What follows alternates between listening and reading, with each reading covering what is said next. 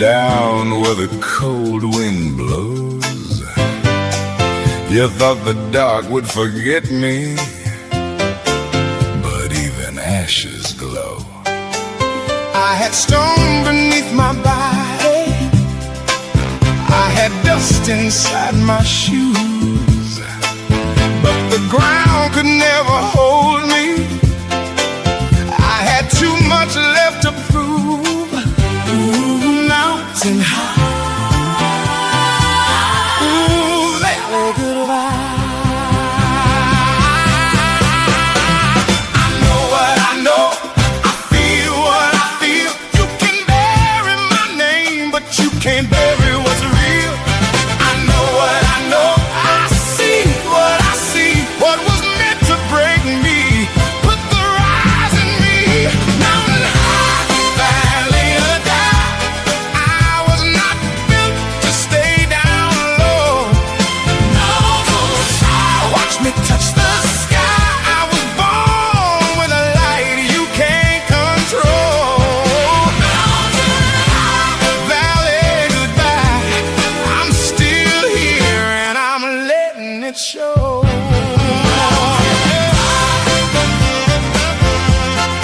Valley goodbye, mountain high. I'm rising high. Oh, I don't have to wear that sorrow. I don't have to keep that face.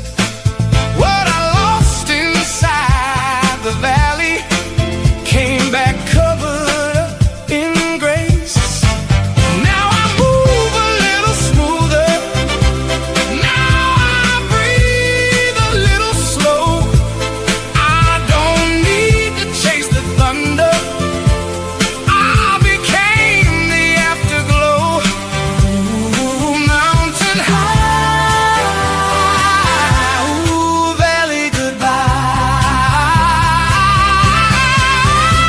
I know what I know, I feel what I feel. You can bury my name, but you can't bury what's real. I know what I know, I see what I see.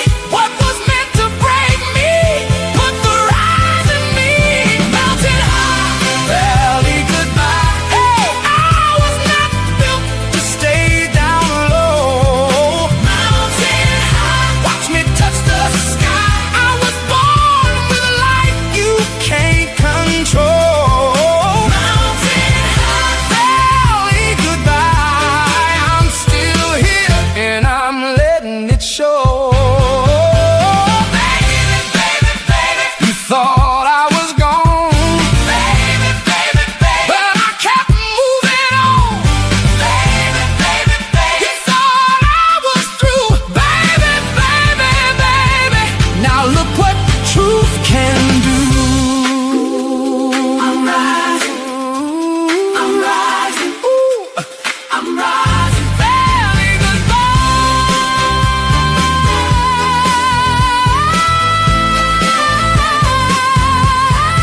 Mountain high, valley goodbye.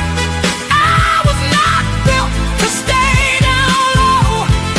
Mountain high, watch me touch the sky. I was born with a light you can't control. Mountain high, valley goodbye. I'm still here and I'm letting it show. Mountain high, valley goodbye. Mountain high, I'm rising high. Mountain high, ooh, valley goodbye. I'm still here and now I know.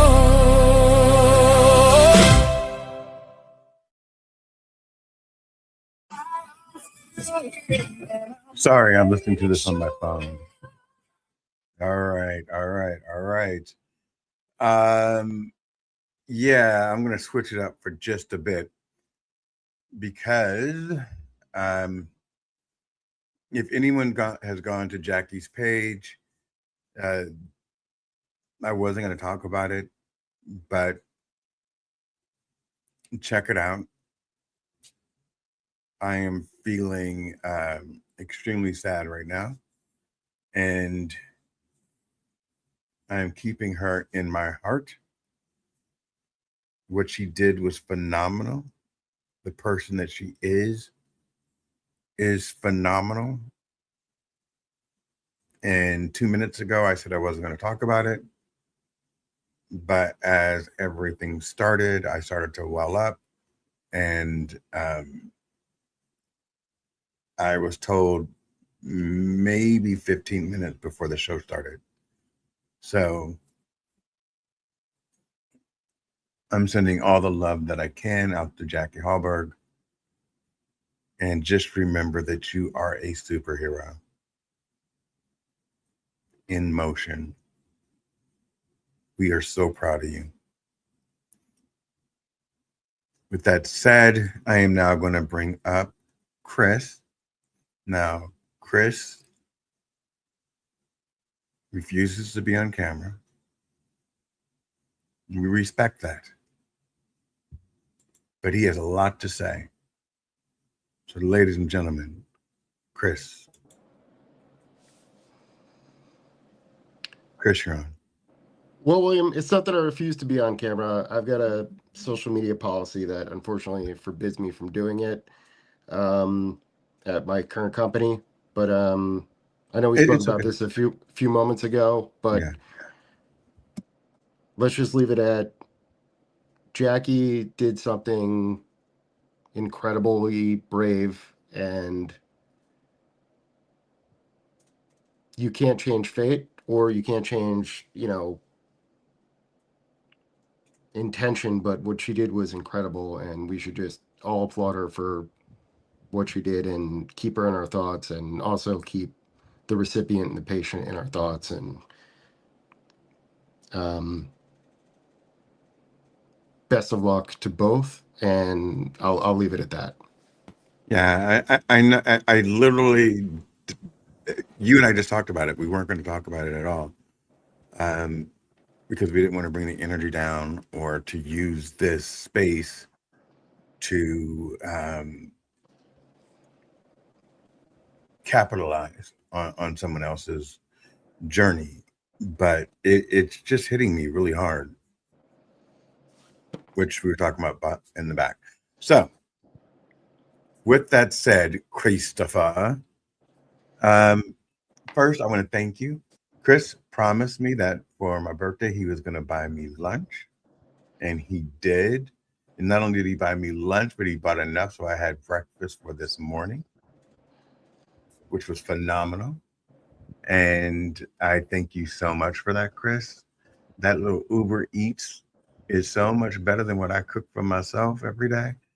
And it was 100% enjoyed. So today's conversation is going to be about us, me and Chris, and how we are navigating life in this moment, in this moment right now, and all the things that we are doing to cope. Sound good, Chris? Would you say thunder? I said, does that sound good, Chris? Oh yeah, no, that sounds perfect, man. Yeah, I'm very happy to talk about anything that can help anybody get through a day. I have been navigating life in many different ways the past couple of weeks, months, years, to be a happier person, to be a better person. And the whole reason I joined the show for the first time in a year and a half, I used to be on LinkedIn Live all the time, but the whole reason I joined was like reconnecting with you, Kenny, Felipe, and Christy, who always says hello in the comments, and Peter? Peter Mulfer, and yeah, everybody who's just been incredibly kind, and Yvette and Gabe Leal. It's given me a boost, and I've been enjoying it. And I probably tear Kenny's ear off like 6 days a week, and he's gonna have a couple of jokes about it. So Kenny, let it fly in the comments. But yeah, no, I mean, I'm here to answer anything and everything unfiltered. So actually, it's good to have you back. You know, it really is. And I hope you feel that when you come. And because of you, I think we are doing our go brunches more often, our little private men's group, which I particularly love. And we can't talk about it on here, but I think it's funny. And in fact, if we want to be real with everyone, I I I talked to Christy about this and I talked to Chris about it. You know, it's the summertime. In summertime, the numbers are lower when you do any type of live. That's why most uh, TV shows take a hiatus during the summer break, because people are on vacation, they're traveling, they're not, you know, they don't have a normal routine. And so I was considering not having a show on Sunday. In fact, I didn't have one on Thursday either, or yeah, Thursday either. So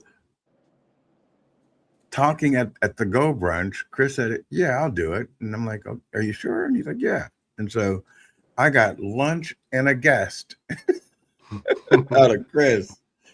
So there's so many things to talk about. Mhm. And What's top of mind? it's First one you want to everything, ask. but let's talk about the gentler one. What are you seeing in healthcare and the changes in healthcare and how it's affecting people in America today? Because you travel, you know, you travel. Yeah, I on average drive about 260 miles a day all around the state of New Jersey, trying to help people out with healthcare. And what I see, honestly, is that a lot of politicians are selling a whole lot of bull crap to pad their own wallets. Um, to essentially take healthcare away from people who've paid into the system and deserve it for a very, very long time.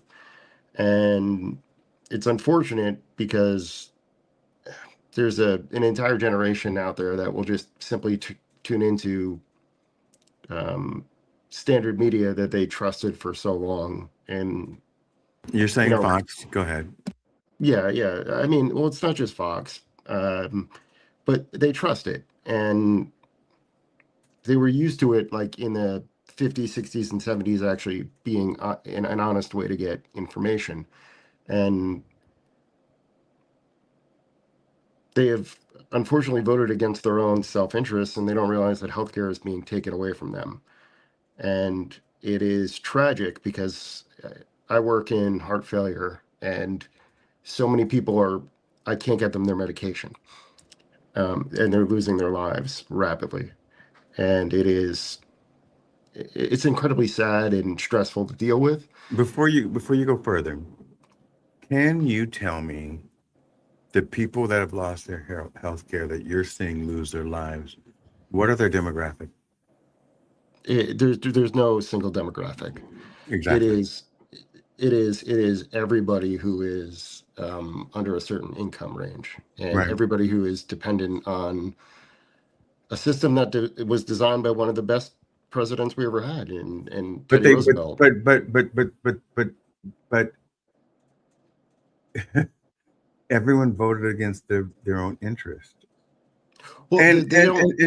you say Teddy Roosevelt, yes. And then it was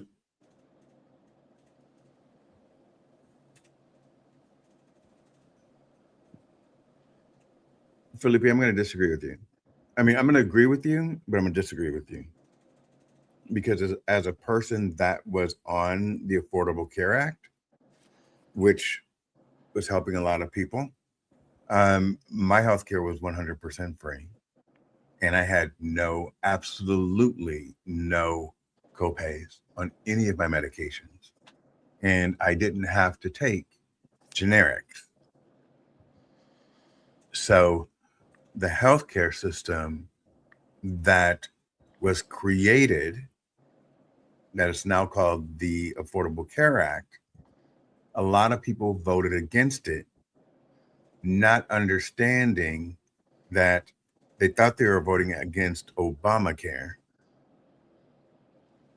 but the Affordable Care Act is Obamacare. And when they did that, the government stopped funding those programs that resolved and took care of Obamacare. At the same time, Affordable Care Act. At the same time, they took that exact same money and gave it to Argentina, because that would have covered it. We went to war with Venezuela. That would have covered it. And now we're bombing Iran.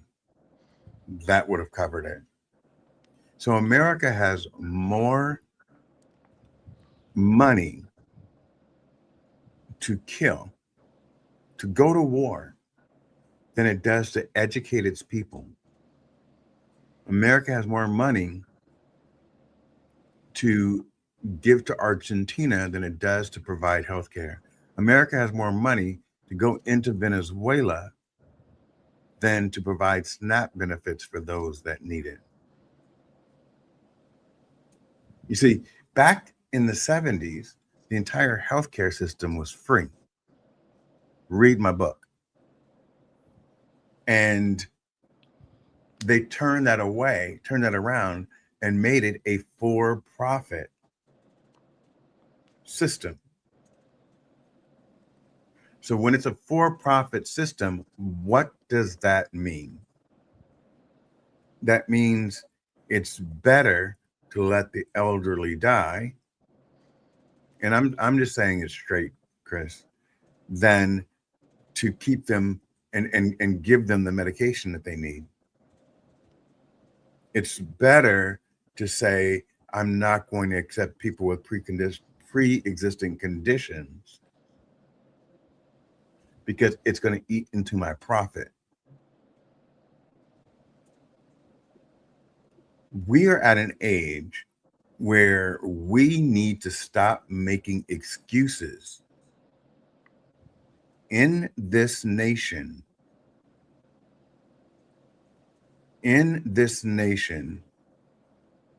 for what our politicians are doing. And when I say that,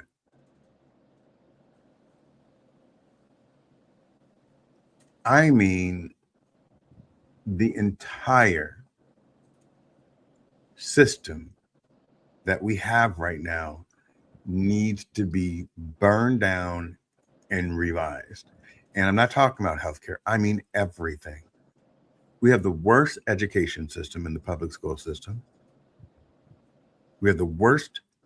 We had a decent healthcare system, and I believe that the Affordable Care Act could have been improved upon. But when I say I had zero, I mean zero. If I went to, I can go to any doctor. I had Blue Cross, Blue Shield, Platinum. I paid nothing. Nothing. And what we're doing right now is not only tearing down the healthcare system, we're tearing down what our elderly people use to survive, the Social Security that they paid into. We're tearing down food supplements. We're arguing about whether or not a mother should be able to use SNAP benefits to buy sugary drinks. I want you to think about that for a second. Bill, I'm somebody who always calls a spade, and I think the only point I really want to make about this is the billionaire class spends a lot of money to create fake culture wars, to have the poor fight amongst themselves. Read my book. Read my book. Read my book. Read it. I'll promote your book. I'll buy your book. You ain't gonna read it. I'm way too ADHD to read it. It's so I read it every night because I'm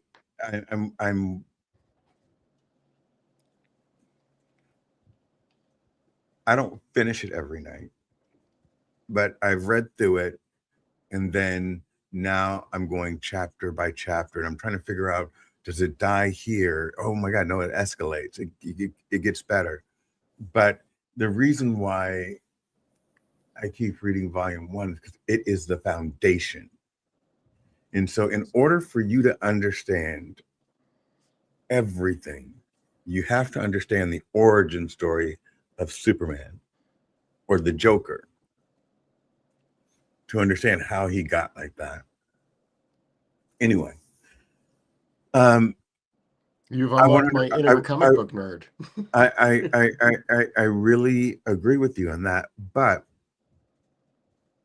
it's not just the billionaire class.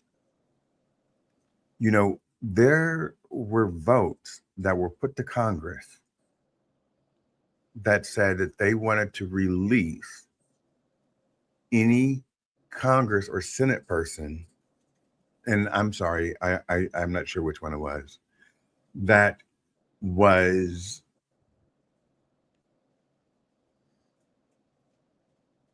charged or settled a sexual assault case,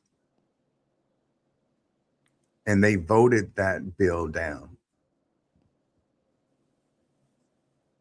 So what does that say to you? There was one state where they wanted to outlaw bestiality, and 10 senators voted no. I have to look it up, but it's true. How can you vote no against that? There's a term I would like to familiarize the audience with called compromat.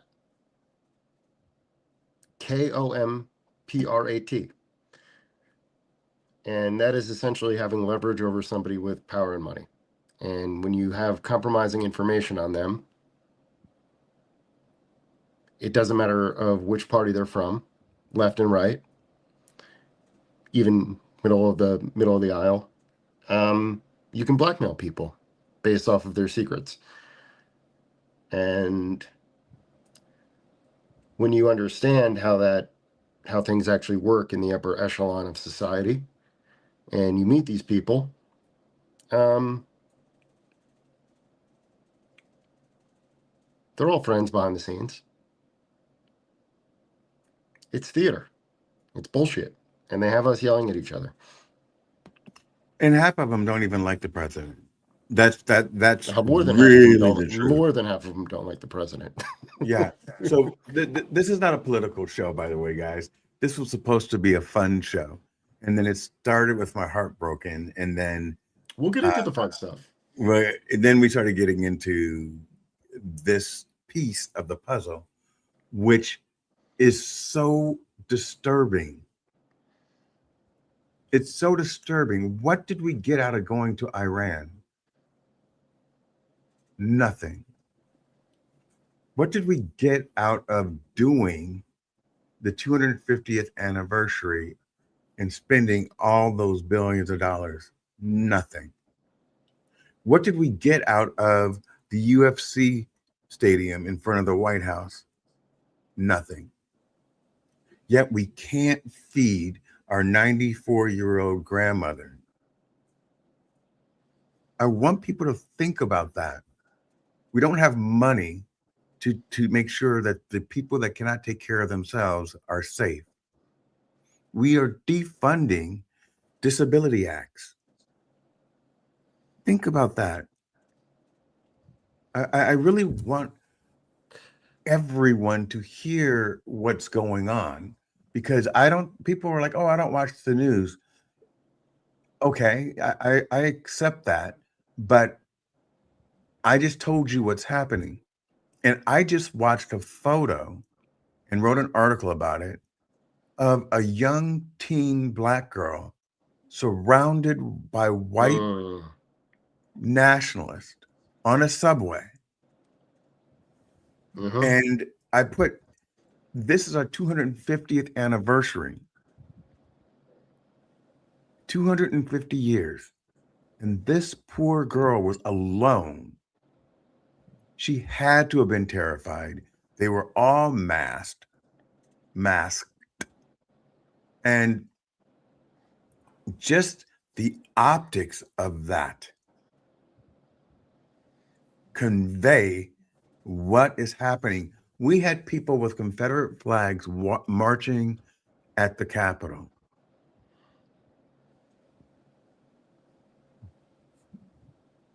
On our 250th anniversary or birthday. I want you to digest that. And you can turn this off and you can say, I don't want to hear this. This isn't fun. This is what's going on in America. Whether you're black, brown, Asian, persuasion, it doesn't matter. They are coming for me, you, gay, straight. They're arguing about trans people more than they're arguing about feeding people. They are saying, I don't want my kids to know about gay things at 12 years old, but you can bomb a girls' school in Iran and that's okay? You cannot feed the families? People And fear that's what okay? people fear what they do not understand. It's way too much. And if you don't listen,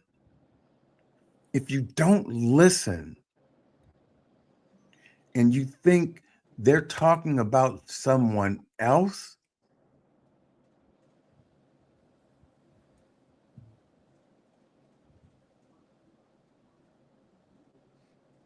then I don't know what to do with you. I really don't. Because we're talking about humanity.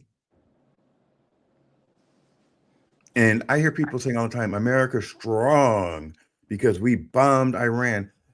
America had to give Iran billions of dollars. The Strait of Hormuz is still closed. And Iran proved that they are a power, a force to be reckoned with. We gave them a weapon more powerful than a nuclear bomb. We gave them an economic form of warfare. And the fact that I'm a former Republican from when I was younger, leaned to the left when I became about 26, 27. I'm 42 at this point.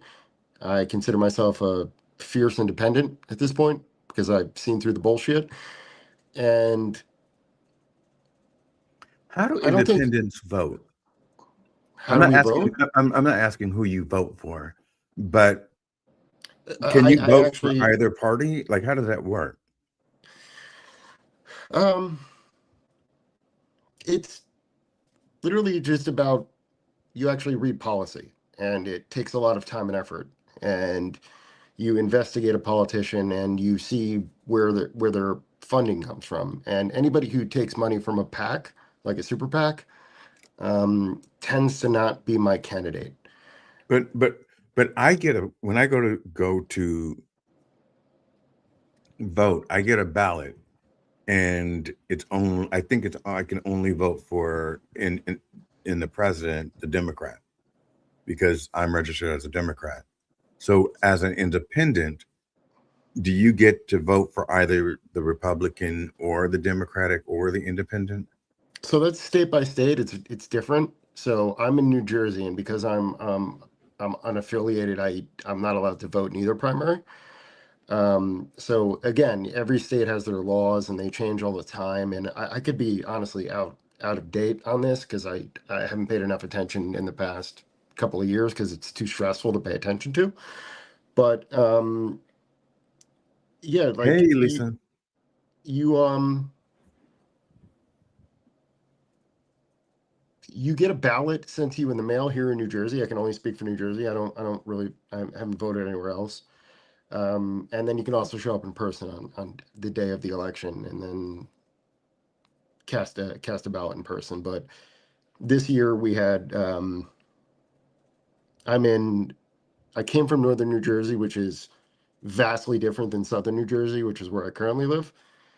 I would equate it to a miniature Mason-Dixon line. And we had ice all over the place, policing polling stations when we elected Mickey Sherrill. So And, in which one, northern or southern? Southern Jersey. So I have to vote in a town called Brick, and we have an interesting thing that happens here. We have a voting block in a town called Lakewood, New Jersey, that is very heavily Hasidic Jewish, but they're divided amongst themselves. And there are those who support what is going on around the world, and those who don't. It's a very lengthy conversation and too controversial to get into without like ruffling feathers. But I would just say New Jersey is like a mini representation of the entire country. It is a really interesting place to live. When you say mini representation, New Jersey is normally like a Republican state, correct? No, we've always been blue. Okay. Yeah, no. So we Southern Jersey is heavily Republican.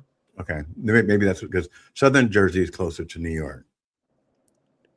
No, Northern Jersey. So I lived in Hoboken, New Jersey, which is directly across the river from the Empire State Building.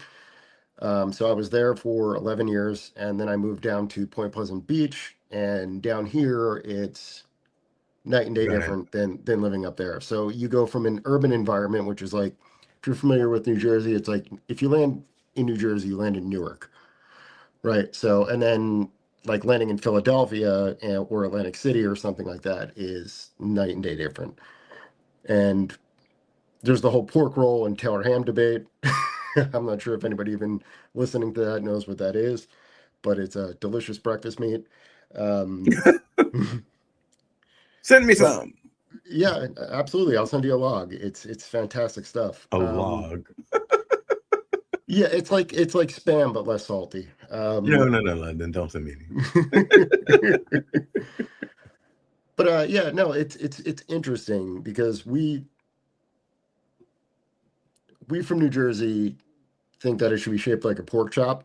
Like we think the north and the shore should all be aligned, and then like the southwest part is very much Pennsylvania and Pennsylvania and whatever else. And that's no insult to Philadelphia. Philadelphia is very liberal as well. But yeah, no, it's just it's interesting living here because it's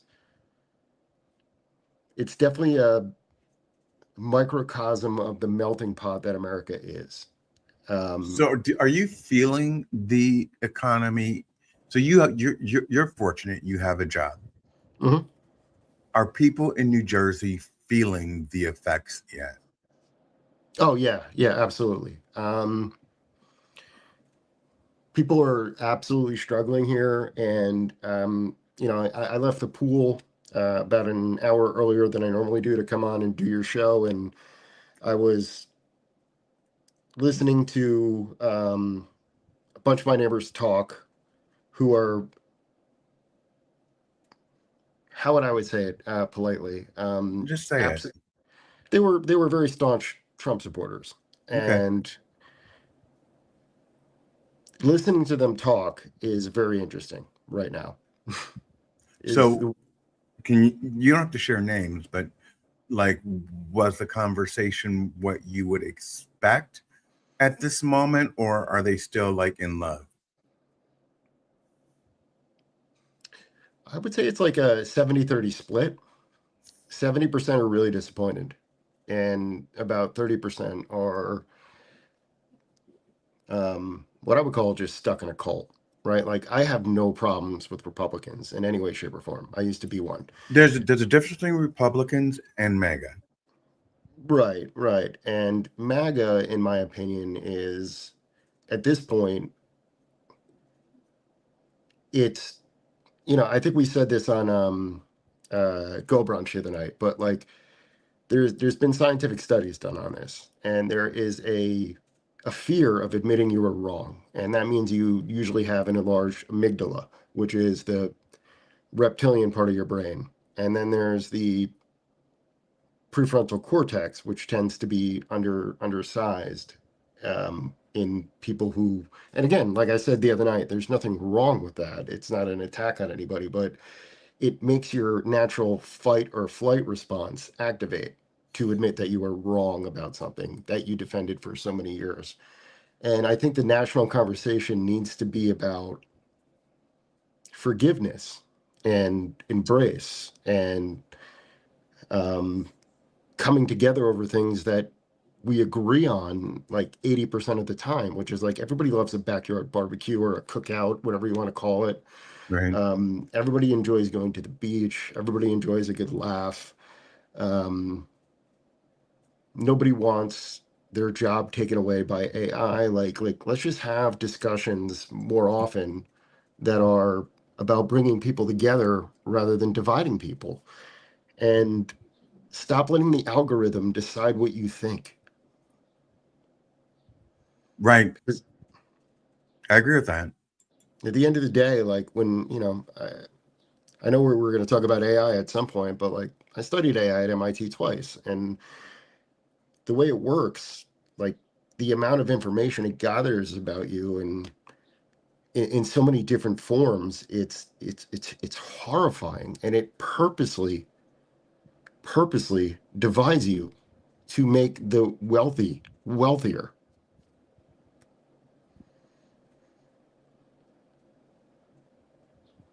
All right. So I'm gonna just say this for a second. So anyone on YouTube, I can see your comments on the screen, but I can't see it on the side. Hey, Megan. Now I can see it. Oh, I've That's done a my terrible girl. job of checking the comments. I'm sorry, and that's my biggest complaint when I watch shows. So let me go check the comments. So so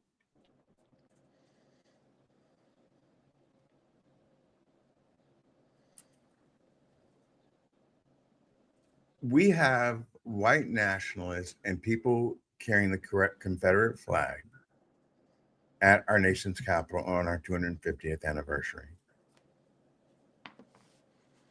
Doesn't get more America than that. So, what does that say about the people that support him?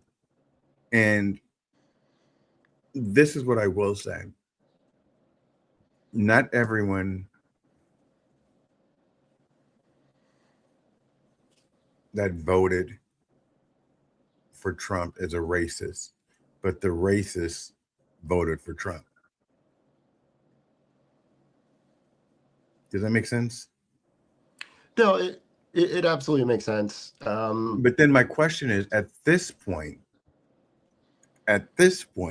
right? If you're really watching, what reason do they give outside of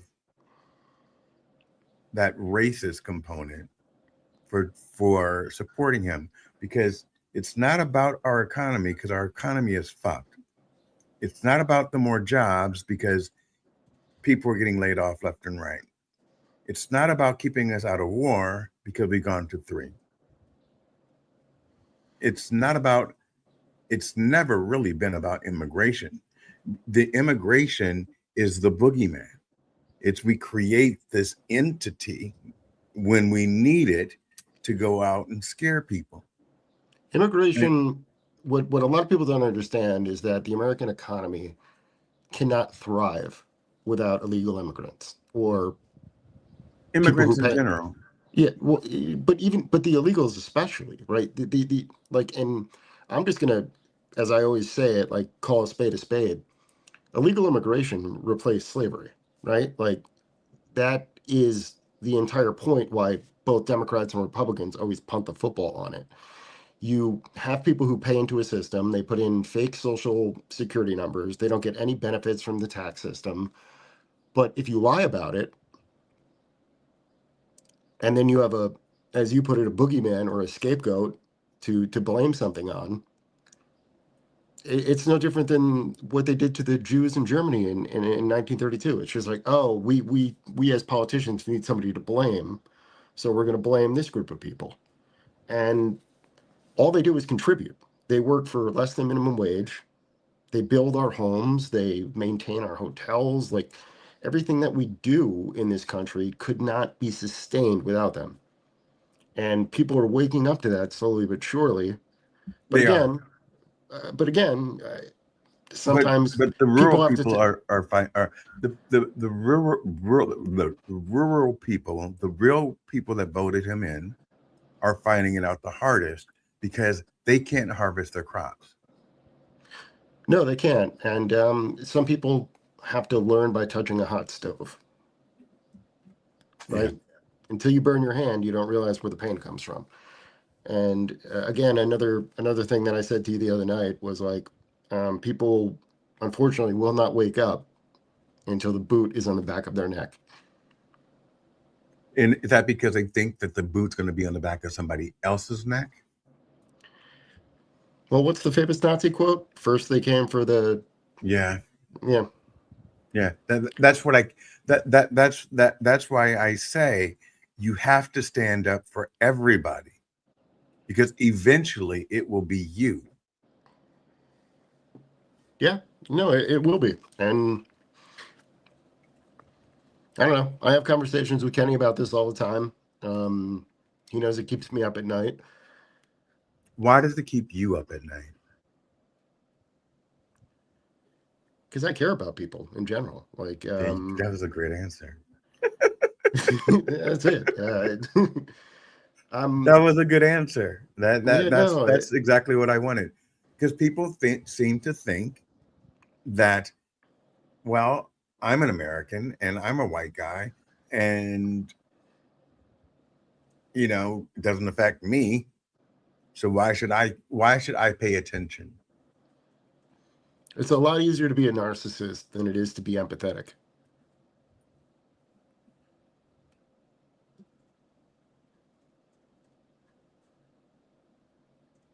That's a whole different topic. You want to talk about narcissism now? No, what I'm saying is traditionally people who are, I mean, I'm happy to talk about it, but traditionally people who are have traditional conservative ideology, whether they realize it or not, it's narcissism. It's self-centered. And I'm not mad at them for it, right? Like it's always about protecting number one and your family and stuff like that. And most of them are people who have been hurt. Um, I think it takes a whole lot more courage. Like what I find ironic in the whole white Christian nationalist movement thing that's going on is if you actually study the teachings of Christ, right? Like, and I'm not religious, you know this, we've spoken about it before. Right. But you have gone to theology school, or I have a doctorate in theology. So the long and the short of it is they don't follow the teachings, right? They don't. Like love your neighbor, accept the stranger from a strange land, like all that stuff, all that golden rule stuff seems to go out the window when it comes to somebody who scares them. And that was the entire point of everything that guy taught. but who And scares them? anybody who's different, it's just And that amygdala that goes off. why do you think that they're afraid?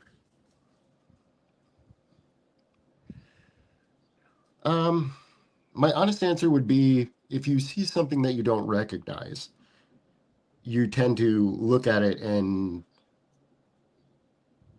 go, I'm not sure what that is. I'm confused by it. And again, going back to the amygdala, your first instinct is fear if you are thinking with that part of your brain. So I'm going to say, read my book. Yeah. I think it's something different. I believe that we're in this moment because America had its first Black president. And then the second runner-up was a woman. And I think the fear is not of the unknown. The fear is that if I'm not at the top of the food chain, so we've got a Black president and then we're going to have a woman, where does that leave me when I've been in power for centuries? I think that's what the fear is. I don't think it's the fear of the unknown. I can agree and disagree with that at the same time, right? Absolutely. Like, so, right. So there's a lot of truth in what you just said, but you know, and this is the conversation I always have with Kenny, right? Like, so like when you are somebody who is raised the way I was raised, and it's generally confusing sometimes to try to understand why people are the way they are when you just don't have it in your heart. And like I see situations happen and I understand where fear comes from.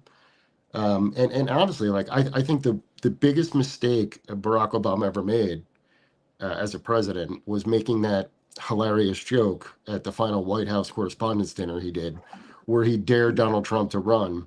He didn't dare him. I think he hurt. I think Donald Trump was so mad that Yeah, that made him want to run. no, that's what I mean. That's the point I was making. Like that guy's ego is so large and so incredibly fragile. um, you know, I very rarely speak about this, but like he's the biggest wuss I have ever met in my entire life. Like he's the absolute worst.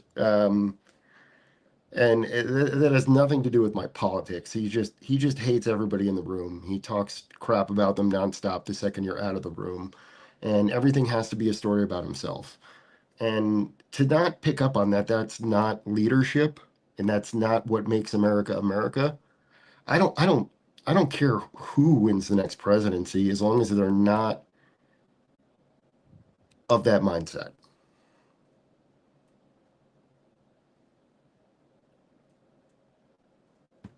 I care who wins the presidency. So Chris and I are different in that one. Well, you know, I think you know what I mean. Like, Yeah, as yeah, long yeah, as it's a yeah, yeah. responsible human being who actually can But steer the ship. right now, in this moment, in this moment,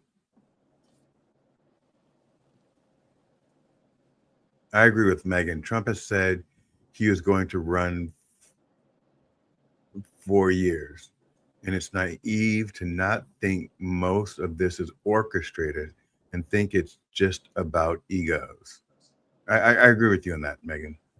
Um, Well, I mean, I agree with her too. I think he's doing everything he can because he's trying to stay out of jail and he's trying not to die in prison. well, first of all, I think that's the only reason why he ran for president again, Right. Yeah. 100%. because they were coming after him and they had the goods.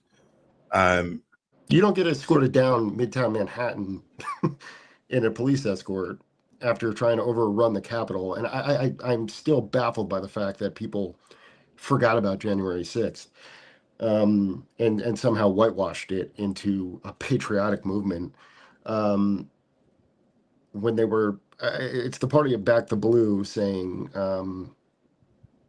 we killed Back police to blue, officers and but we're cool yeah, with you it. killed Yeah. right. But here's what I'm going to say. When we talk about you don't care who runs for president, um, I'm looking at everybody in Congress and Yeah. everybody in the Senate, I'm going to and retract that. I'm going to retract that statement. and I'm saying to myself, all of them are bought and paid for. And the reason why I know it at this point is because so much has come out about the Epstein files Hmm. that other countries have removed their princes based on this. CEOs have gotten discharged from their jobs because of this. None of them were named as much as Donald Trump. Yet He's our mentioned more in the Epstein files than Jesus in the Jesus Bible. name, yep, Yeah. or Harry Potter in the Harry Potter books. And you know, just to tell a personal story, I had to escort my underage cousin, pretending to be her escort, around that man. Right. And so the fact that we have Mike Johnson getting up and saying every single time they get close to a vote, he shuts down the House. He puts them on vacation. Because he's going to jail too. They're all. It's gonna happen, Bill. They're all gonna go to jail. I promise you, at some point. I truly believe that. I really do. So, say something funny now. Something funny. Yes. Say something hysterical, Chris. Come on, we Something have to lighten the hysterical. mood now, because we've taken our guest on a journey that they didn't really come here for. Yeah, But well, I think this it's is why I educational. haven't done a live in a while. No, let's see. I did it. I not you. I mean, I kind of went down this path.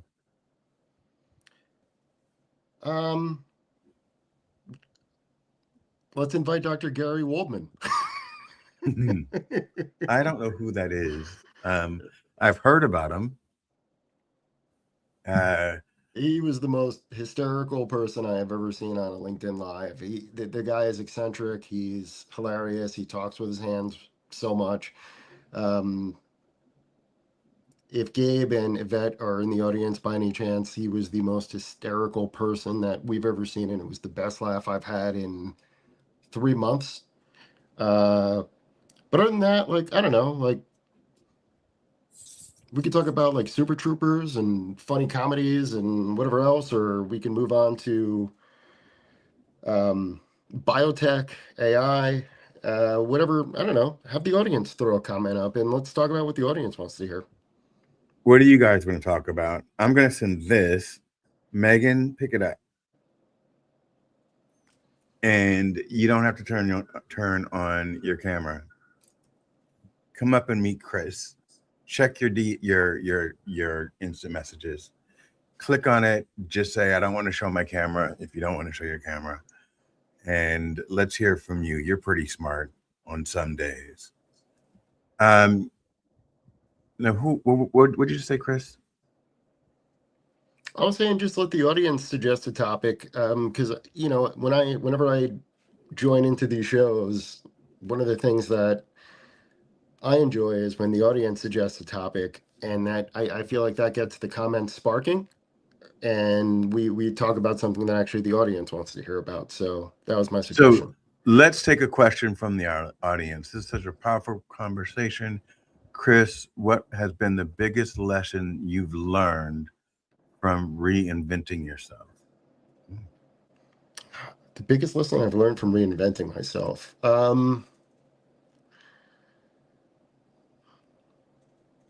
Never try to be perfect. Accept friendship from wherever it comes. And don't let go of that piece of ourselves that we used to have in the 80s and the 90s, where we used to adventure out without technology and speak to someone spontaneously. Because you never know where that conversation is going to go. And even if you disagree with somebody, don't start out with a point about why you're right. Ask a clarifying question as to why you might be wrong. And you'll learn a lot. That was a fairly good answer. Fairly good. I thought that was a pretty damn good answer. Great answer. Megan's saying, giving us a bullcrap answer, because if she's driving and she's texting, she can certainly drive and put the voice on and speak through her car. So yeah, that's bullcrap. So Oh, we have Kenny is texting me. tell him to come on up. What's Come on Kenny up, saying? Kenny. He's just saying, ask him about the delectable, scrumptiously, deliciously, edibly, tasty, good food. Oh, it was really good. The problem was that when I got there, they were out of the quiche. So they said, "Do you want a sandwich?" And I got this really good smoked salmon with fresh cucumber and lettuce on this soft roll. And it was so good. Like it was because it's so hot, it was refreshing. And so I really enjoyed it. And then I got a piece of chocolate cake, a chocolate cheesecake, and a red velvet cake. And I am a diabetic, so I didn't need any of it. And then you, Chris, threw in a a cappuccino, which was very cool because it was in a can, Mm-hmm. but it was see-through. It was very weird, like like a soda can, but you can see Yeah, through it. I I've chose to never, send you some of my personal favorite stuff that I like as a little cap for your birthday. yeah. And then he sent me 2 chocolate croissants, and because I ate the red velvet cake and I ate the chocolate cake and I ate the sandwich and ate the cappuccino, I'm like, I'm gonna save these for the morning. And it was perfect because I just heated them up in the microwave just enough to melt the chocolate. And it was because the place, oh, and a loaf of bread. So the place that you sent it from is called Farmer's Milk, and it's like a fresh bakery, and they make everything there. So that's why I always get like a loaf of bread from there, um, one of the fresh desserts, and then the chocolate croissants were like fire. All of it's gone. Good The man. loaf of bread is gone. Everything is gone. I ate it all, and the bread was like uh, I'm a compulsive eater, so I'll keep scratching on something and eating something until it comes up. I mean, until it's gone. So even though it was a loaf, you just cut little slices and you add a little butter to it. And so I ate half of it yesterday, and then I ate my chocolate croissants, and then I ate the other half. Well, you be you. I mean, Right? that's the way you like to enjoy it. Enjoy it. I'm just happy you had an A good enjoyable time. belated birthday gift. And the one thing I will say to the audience is the reason I bought Bill a meal is because he has been such an incredible friend over the past couple of weeks, hanging out on Go Brunch and Mhm. entertaining me and making me laugh, along with Kenneth and Felipe and Peter, and just seeing all these names pop up that I haven't seen in a year, like Christy and I hope Noni Baroni comes back if she's paying attention to the show in any way, shape, or form, and too many names to list. We have 400 people on YouTube and like 6 on LinkedIn. It's We have weird. 400 people on YouTube. Oh man, You, Jesus. you can't see the numbers. No, I'm not. I don't particularly pay attention to that. It would probably affect the way I performed, so I just ignore it. It affects the way you perform. So, Well, yeah, so yeah. So like, I used to do. crowds make it hard for you to perform. Well, I used to do. I used to be a paid public speaker, right? So, and one of the tricks I teach myself when I used to do that, um, was to just focus on one person in the audience who I noticed was like paying attention, and everybody else seems to fade into the background. And it just it helps you feel more confident. You're less self-conscious, and I honestly I have to speak all day every day for a living, so it's just when you get overanalyzed, you get swamped with something called imposter syndrome, and it's a terrible thing to get swamped with.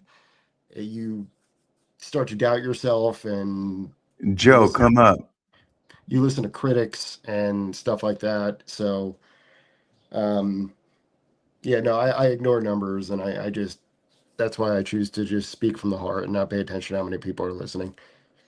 So I think you missed the undertone of the joke Oh, about probably, yeah. I'm autistic, so performing. So Mm.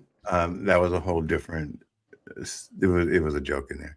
Joe, I just put the link to StreamYard in the chat. Come on up.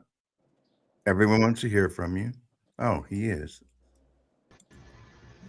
What? Say something funny because It's Andrew Whitworth. me and Chris have gone down this rabbit hole of just like everything sucks. Like literally, that's the rabbit hole we've been in. Yeah, So I loved this guy's show yesterday, and you're from Cincinnati, correct? no, we're from Originally, Tampa. Oh, Yeah, okay. I originally from thoroughly Cincinnati, yes. I thoroughly enjoyed your show yesterday, and I'm gonna pause on that and let you speak. Wow. What you did a show yesterday? Yeah, Felipe and all those guys last night. You were there briefly. Wait. You don't recall, do you? Or the During day the before? during the morning or at night? Honestly, dude, at this point, I don't even know what the whole day or time it is now. So you were on careers, chaos, and coaching. Yeah. Oh, okay. Plus, I was on the Saturday thing too. Yeah. Okay. All right. Yeah. You came on briefly, but you were not on cam because you were apprehensive about your own self. Oh no, I was in bed, sleep. At least you're honest. Yeah, Like, it was like I'm not 11 coming on o'clock. cam. Sorry. Nope. Yeah, and then it's weird because when I'm on Restream, my Yeah. phone overheats. Mine is not charging right now, I think for the same reason, which is bizarre. It won't charge up until after 6, which I'm like, so you got to bring your own? Whatever. And So I had a meeting earlier with my business partner. Strangely, actually mentioned about how the day has been because today I've almost been on kind of timeout for myself to sleep. I barely even eaten because I haven't had much of appetite. And last night's fireworks plus the rain overnight was bizarre over here in the west central part of Florida. Did you get any rain at all yesterday? bro, it has been thundering by my Seriously? house, but no Wow. rain. Dry but activity. What the hell? Yes. Yeah, I can see darkness like, in the distance, Yeah. but it sounds like the thunder's right over my house, but no rain. And I was just telling Christy, who just joined, that I'm trying to grow honeydew melons and I need rain. And not waste water. Yes, because my utility bills like skyrocketed. So Even like, bother and talk about utility bills. I mean, thankfully where I live, water's included in the rent. Electricity, a separate topic. And gas. has yours like doubled this year? The potential, according to what I read, April, maybe May, that by September, too far away, it's going to drop, I think, 15, 17%. I'm like, I'll take anything I can get at this point, really.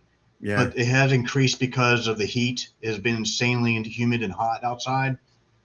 Can't compare to other locations like California and Texas. But that's drier heat compared to us having more humidity because we are the most tropical state in the country.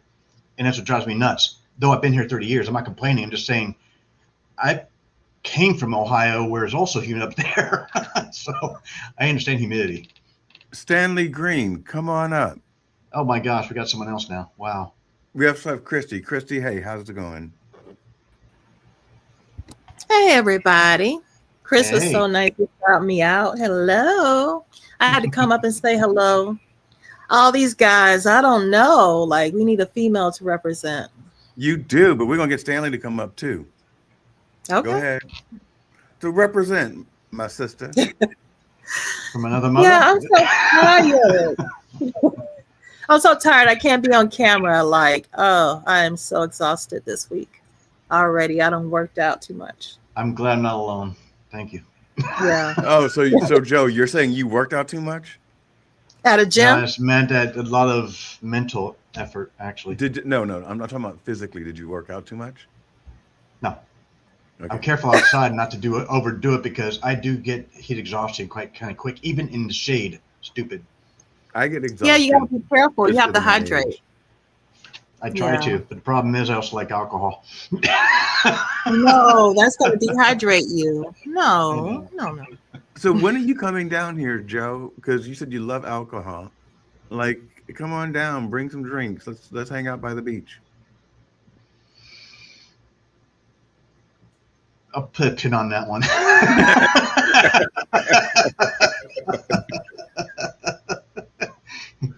So I just refilled my Christy, tank. You know how much of that gas will be used to drive over there? right? Like Yeah, everything. But let's just hear from saying. Christy real quick. Men, we have to be gracious. I'm a gentleman. Go ahead, Christy. Share your weekend. My weekend was good. I don't like fireworks, so I don't go out.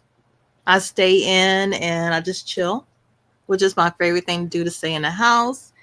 And I cooked. I ate good. I had cookies. I had brownies. I had whatever I want. So I had a Christy day. A Christy day is when I just do whatever Christy wants to do. And So that's my day. That's the weekend. all right. So let's. I'm not gonna be mean. I'm just gonna give him his grace, but I'm gonna say Stanley Green. I would love for you to come up and have a conversation. I know you just came to relax, but every time I go to your show, you just offer so much from a mental Yeah. standpoint.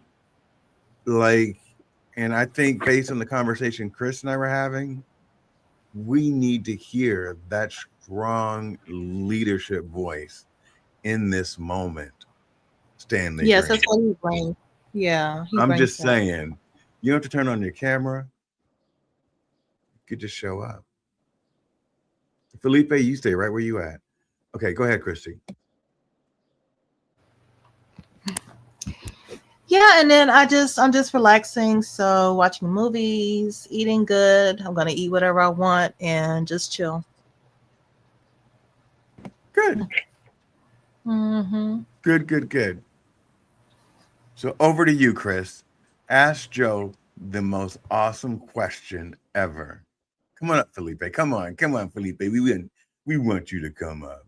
You know we want you to come up. You know it. Chris, ask Joe a question. Ask Whatever's Joe a on your mind. question. Whatever's on your mind. Hmm.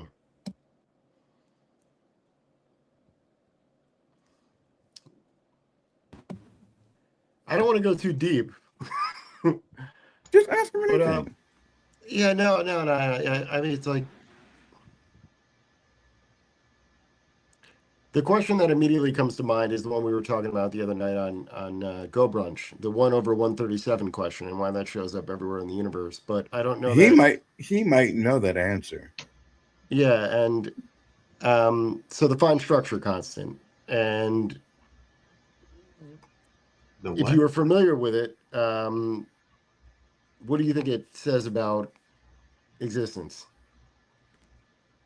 Existence is just what it is. Things are exist, but it can be even multidimensional. Come on, Peter. See, Chris, you keep pushing this 1/137 theory, and I It's don't not a think theory. anyone It's knows. not a theory. It's the I fine structure constant. Yeah, but I don't understand what it is, what it's about. It's And about it's a ratio that shows up everywhere in the universe, from like the macroscopic to the uh, microscopic, all the way down to the Planck length. Basically, when physics start to break down, and it is something that basically governs how fractals work, how like spirals and show up everywhere in the universe, how like I don't want to go too deep into it, but if you Google it and you go down the rabbit hole, you're gonna have a lot of fun with it. It's really cool. And again, it brings me back to one of my favorite quotes of all time. When you take your first drink or gulp from the glass of natural sciences, you become an atheist, but at the bottom you will find God. And that's always made me a deist. So to me, it seems to point to a creator. Got it. We do So realize that creation is not by a single entity at all. It is a collective. Right. I'm not saying that it is. Right. Because actually the definition of it is a fine structure constant, which actually looks like the symbol itself looks like an A, but it's not an A. It just actually just the tail of it crosses each other itself over the equation.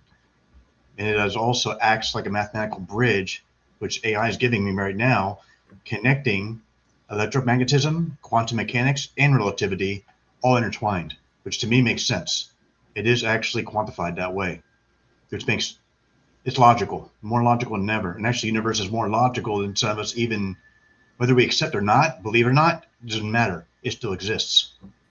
That's the part I love about it. It's not about belief or trust.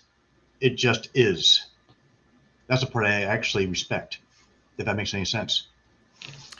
I understand 100% where you're coming from. I am somebody who needs evidence and facts and things that can be proof tested through science to accept, and we're not there yet.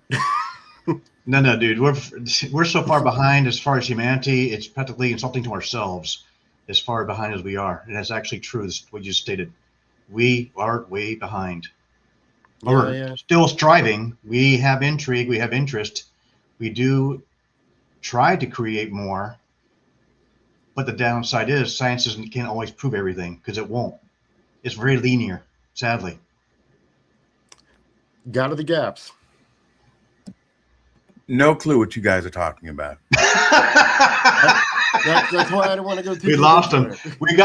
I dove into the sea at the depth of the sea, like the Pacific, and yet he's still on the surface trying to swim and actually stay breathing. Where we're going down in with our scuba gear. Put it that way. How's that an associated metaphor? It's good, I guess. I don't know. He had to ask that, so I don't mind diving down the rabbit hole because honestly, we create it. Well, there's something called the Dunning-Kruger effect, right? So, yep. And basically, the simplest way to state that is the more you study, the more you realize you don't know. And my measure of a person, especially when I come on like LinkedIn and listen to people, and especially when I interact with people in the real world, is when you admit that you don't know something and then choose to learn rather than combat somebody and like try to be like force your opinion down their throat. That to me proves to me your intelligence, because you're willing to learn and question and experience a different perspective than what you might have internally. I think that is the most important thing we can take. I'm always open in my mind to see someone else's perspective, because if I keep myself closed, to my definition, that's called the ego. I'm not going to claim by any means I know it all, because I don't. To always be open to a different perspective that maybe I've never considered would be me being stupid to myself to actually insult the other person, to actually not realize maybe they might have a point. Is it applicable? Possibilities are there. Can't always be closed-minded, and I agree with that, because if we're closed-minded, we're not doing ourselves of any service. On the opposite. That's one of the parts I like about how you actually express things too, William, because I keep forgetting, William or Bill, which way do we go? Or do you care? You can call me whatever, but I go by Bill, right? So if we're friends, you call me Bill. That's why I call you Bill, and you ask me, who's Bill? I'm like, dude, you are. We're not talking Bill and Ted, but So did you hear our earlier conversation? when I jumped on the YouTube side, I was hearing you speaking about the chocolate, and which you actually were slowly, Yeah, it was taking in. fantastic. Not earlier, no. So right now, what's the one thing that you're most excited about? Possibilities are still constant for me, and that's what actually keeps me excited, because that's what gets me out of bed, or else I'd be sticking in the bed and not even want to get out of it, personally. So the possibilities of AI, the possibility of money, the Growth. possibility Mental Okay. growth for me. I took a stand today to actually focus a lot more, because my gut's getting too big for a guy who's got 6 decades on this planet. I've insulted myself by actually allowing myself to get overweight, and I'm determined now to work with that and use even Tai Chi chair practice, or chair Tai Chi, in addition to mushroom coffee and walking, of course. Get the cardio going. I've been in front of this stupid computer, dude, like too long, every day. It's almost become like a ball and chain for me. I place myself in a cell, not intending it to happen that way.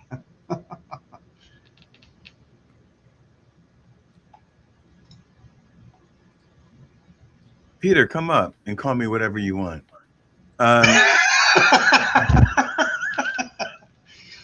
So tell me something. I don't know. The possibilities are endless. So they're having their own little fun jab at me in the comments, which is cute. Peter got come on, Chris, seriously, man. Tell me something that's exciting in right now for you. Joe was, possibilities. What's exciting you?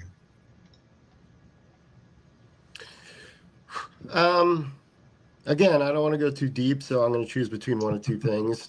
I'm excited about, in my own personal interest, the possibility of protein synthesis, but in something that more people can relate to. I am excited about people starting to get behind the practice of respecting wildlife and nature more. So I was attending, even though we all had a good laugh about it, the Dr. Gary Waldman show that was with Aldwin. Aldwin had a show last night about preserving what they call in Australia brumbies, or what we would call wild horses here in America. And I'm just happy to see that more people are starting to be compassionate and caring about animals. My personal passion is, I don't like that we raise pigs in pens, and that is something that's coming to a vote soon here in America. And there's a lot of industrial farming that is going on that is just incredibly cruel, in my opinion. And I'm glad to see that there's a lot of people standing up and fighting back against it. So I'm excited about that type of stuff. And then in general, like in terms of like leisurely entertainment stuff, I'm going surfing tomorrow. Right on. Mm-hmm. Okay, Chris, ask Christy what she's excited about. Well, Christy, I have to ask her. She's always so kind and always says hello. So, Christy, what are you excited about? I'm excited that I'm reaching my personal goals with my health. Like, I've been working out so hard. I've been so dedicated. I've been so focused, and now I can wear things that I haven't worn. I feel like so strong. My arms are big. My legs are big. I'm strong, and I can see the difference. So, Joe, when you start, if you like visualize how you want to be, how you want to feel, you're going to take those steps and you're going to get there. So are you deep into visualization?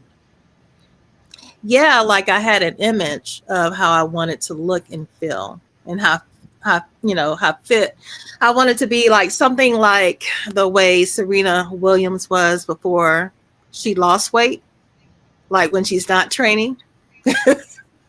I could visualize how I want it to be, my level of fitness. So I'm starting to reach those goals, and it is like, very exciting. It's exciting when you find something that you couldn't fit, and then you can get into Yeah. it, and then you try it on again, and not only are you in it, but there's room. Because there's two Yes. different kinds, Yeah. right? I can fit it, but I can't wear it out, right? But Exactly. Yeah, I but have like then 3/4. Yeah.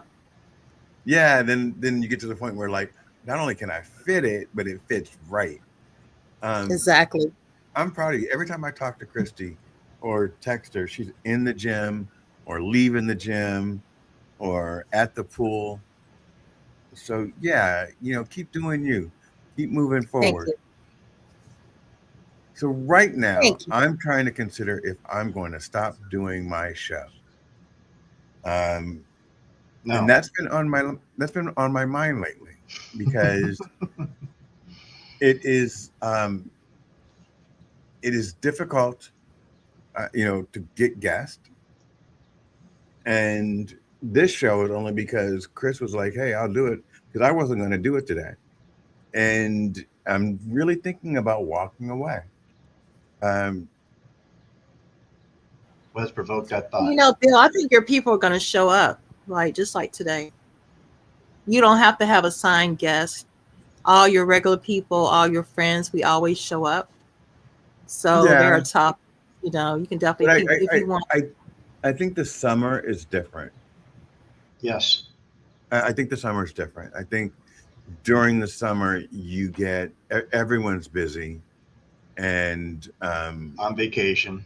on vacation and stuff like that. So Mhm. it's I don't care about crowds, but when I feel like I'm talking to myself, it just it's a different it's a whole different image. But um, yeah, I think I need to think about that really really hard about what I want to do. Um, Actually, I got questions to pick on your brain, to be honest, Bill. Go ahead, pick my brain, pick my brain. Because the fact that actually it's more technical based than it is anything else, because you got an advantage on me, really, even with the global, to the point that I'm envious and a bit jealous because you both have already 400 viewers plus on your YouTube channel right now. And on this, somehow you're affording it to actually have even on StreamYard to have this live on LinkedIn, which makes me like, okay, what do I got to do to actually achieve this area of stage to where I can do lives also, even to even have my business partner during the day because the fact of the time differences, 9.5 hours from us, to actually do lives either for myself and or the business because I've actually got two different channels, and that's why I was wondering how the hell are you doing this, Dan? All right. So there's a couple of things. So what are you using to go live? To go live is going to be mostly about No, what the global. what tool are you using to go live? I tested it yesterday with OBS Studio. Didn't work right. Okay. Then I found through my personal channel that I have had for years that YouTube Live does work. Only problem was this background, if I was to use it, would not be mirrored. I mean, it would be mirrored, but not reversed the way it should appear. And it didn't have the ability for background anyway. It just used whatever, like you see of your room right How now. many times a week are you going to go live? That's the other thing. I haven't really um, scheduled the idea yet. I'm just more of like trying to get the idea of how to approach it, then schedule it. I'd start probably once a week. Okay. So here's why I'm asking you all these questions. No, they're valid too. Because if you're going to use a tool like StreamYard, it's Yeah. going to cost you. Yes. And if you're going to pay for StreamYard, then I'd rather share my account with you. Whoa. I didn't expect to hear that kind of offer on the table. Wow. Because I can't afford it anymore. That's the I other was going reason to why I'm say, thinking how much about damage this sucker per month, roughly? we'll talk about that off air. You can give it to me in a private call, maybe. Yeah. Yeah. And the other thing that I want to tell you is, which no one knows, is I just launched my new consulting site. and Oh wow! I'm You got your new going, book out too on Amazon. I saw and I got my new heads book up. out. Thank you. Good And job. so with my YouTube, Yeah. what I do is I have automated SEO working Okay. and GEO working on Hmm. all of my videos, and I've done it the entire time. So Okay. it goes out and it does keyword searches, and it optimizes every video. So now I have over 2,000 followers. That's disgusting, but cool. So yeah, and it happened within like a year. And I In haven't, 1 year? Wow. yeah, and I didn't pay for followers. It's just through my Organically shorts. done. Okay. Then, and you're going to understand this. Go ahead. So with my website, Yeah. I have a page behind it, and it's called the Author Hub. Oh, you dog. So what I did was for my book, I did the exact same thing for it. Okay. But the Author Hub, what it does is it pulls everything from LinkedIn. It pulls everything from YouTube. Whoa. It pulls everything from Amazon. Are you on my page now? I don't know. I was looking up the Author Hub, and what you're explaining is like, I would It's say like ear candy. it's like a spoke. And so what that does is y'all. I'm a business Go person. geek it, dude. Geek it. Come on. So You're on a roll. so what it does, it allows Google Okay. to understand who I am, Mhm. and what I talk about and what I write about.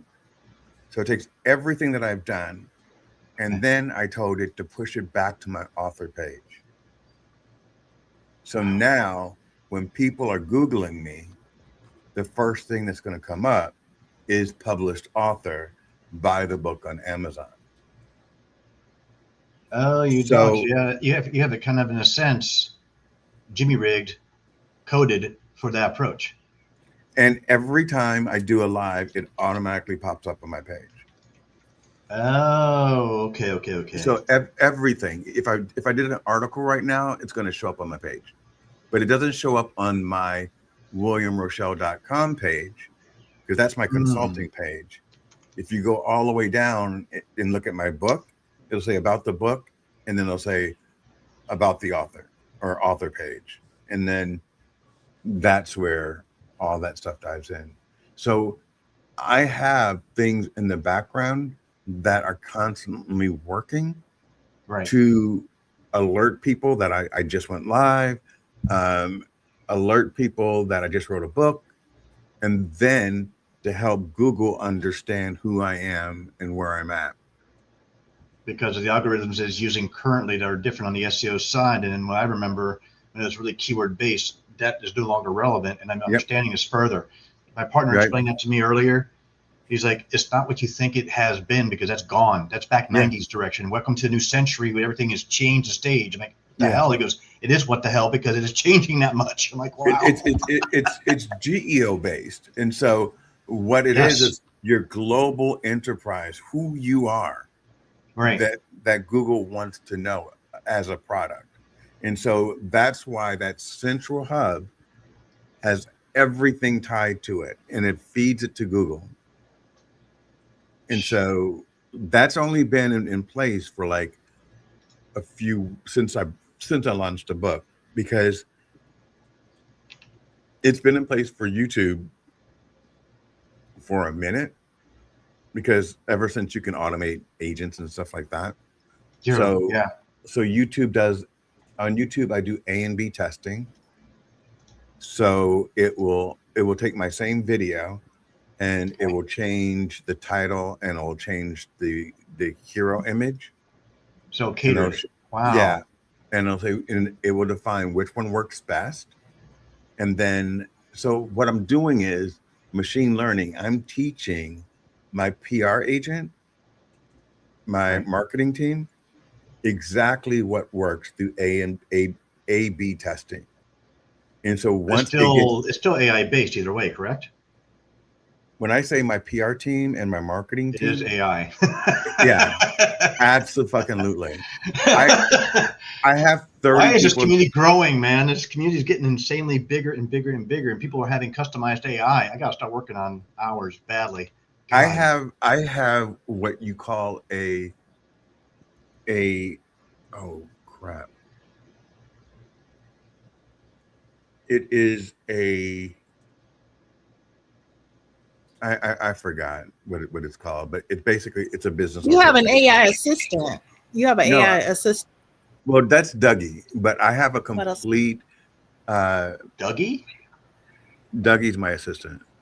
Okay. Yeah, he has a Dougie. He created it. Dougie is my Yeah, chief he's of super staff. smart. But I have 30 different people that work for me, and I have an entire business org chart. And You still do have a hierarchy then. Okay. yeah, so I have my chief of PR, but my Okay. chief of PR has 3 PR admins underneath it. Associates. Oh my God. So that there's PR for the book, there's PR for my job search, there's PR for my YouTube channel, Wow. and then the PR person has a name. I gotta remember what it is.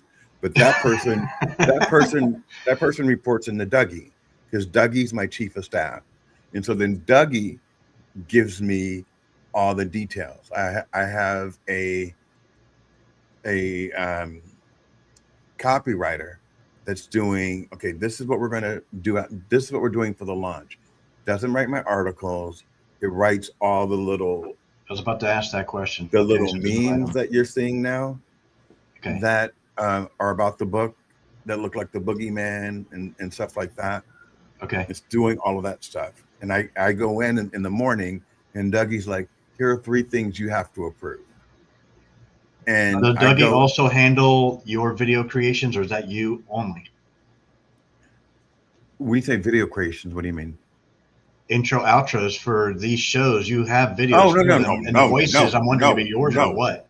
So all the songs are sung by me. I have 2 artists. But that's a lie. Most of the songs right now are sung by me. I have 2 artists, Well, do you have a Brixley, killer voice? I gotta admit to you. Brixley and Big Willie. And so Brixley is always the female voice, Okay. and Big Willie is my male voice. But you're giving it And the lyrics though to do that. You're still singing the parts. no, Willie is his own entity. Oh. Yeah, Big Willie is his own entity. So if you go to YouTube and you look at my playlist, sorry, Chris, you'll see that my playlist is broken I don't think down. he cares now. He's like, just go on, man. my playlist is broken down by Brixley's albums, Big Willie's albums, and William Rochelle's albums. Oh, you do have your genres. Okay, this makes more sense. So they're all produced by me, Okay. and I write all the songs, and I write all of the musical direction. Nice. But there are some songs when I write it and I sing it, Okay. where I'm like, it doesn't fit my voice. But it I was has gonna to wonder be about that. Yeah, now your answer. Okay. At It least you're has to honest. be it has to be a man's voice, so I'll use Big Willie to sing this. Or sometimes I have 3 or 4 different voices. Okay. So the way that it works is you sing into you sing a song, and then if you like it, then you say use this voice, right? Ah. But I can only go so high or so low. So you do have a certain range. Okay. Yeah, my voice is mostly Yours deep. is actually tenor based, correct? Yeah. So it sounds like I'm singing. I used to be in a choir, so I understand this quite like well because I was raised with music.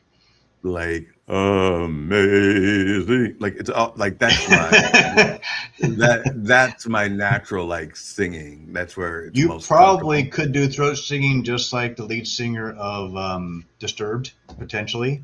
I think. I always think, I don't know if you remember him, but Barry White. Yep.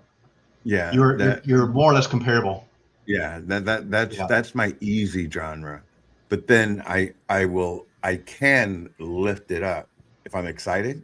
Yeah, but you can't do soprano, or can you? You think? It'd be No, pushing it, and that no, might be straining the vocal cords, I think. it would end up coming out really weird.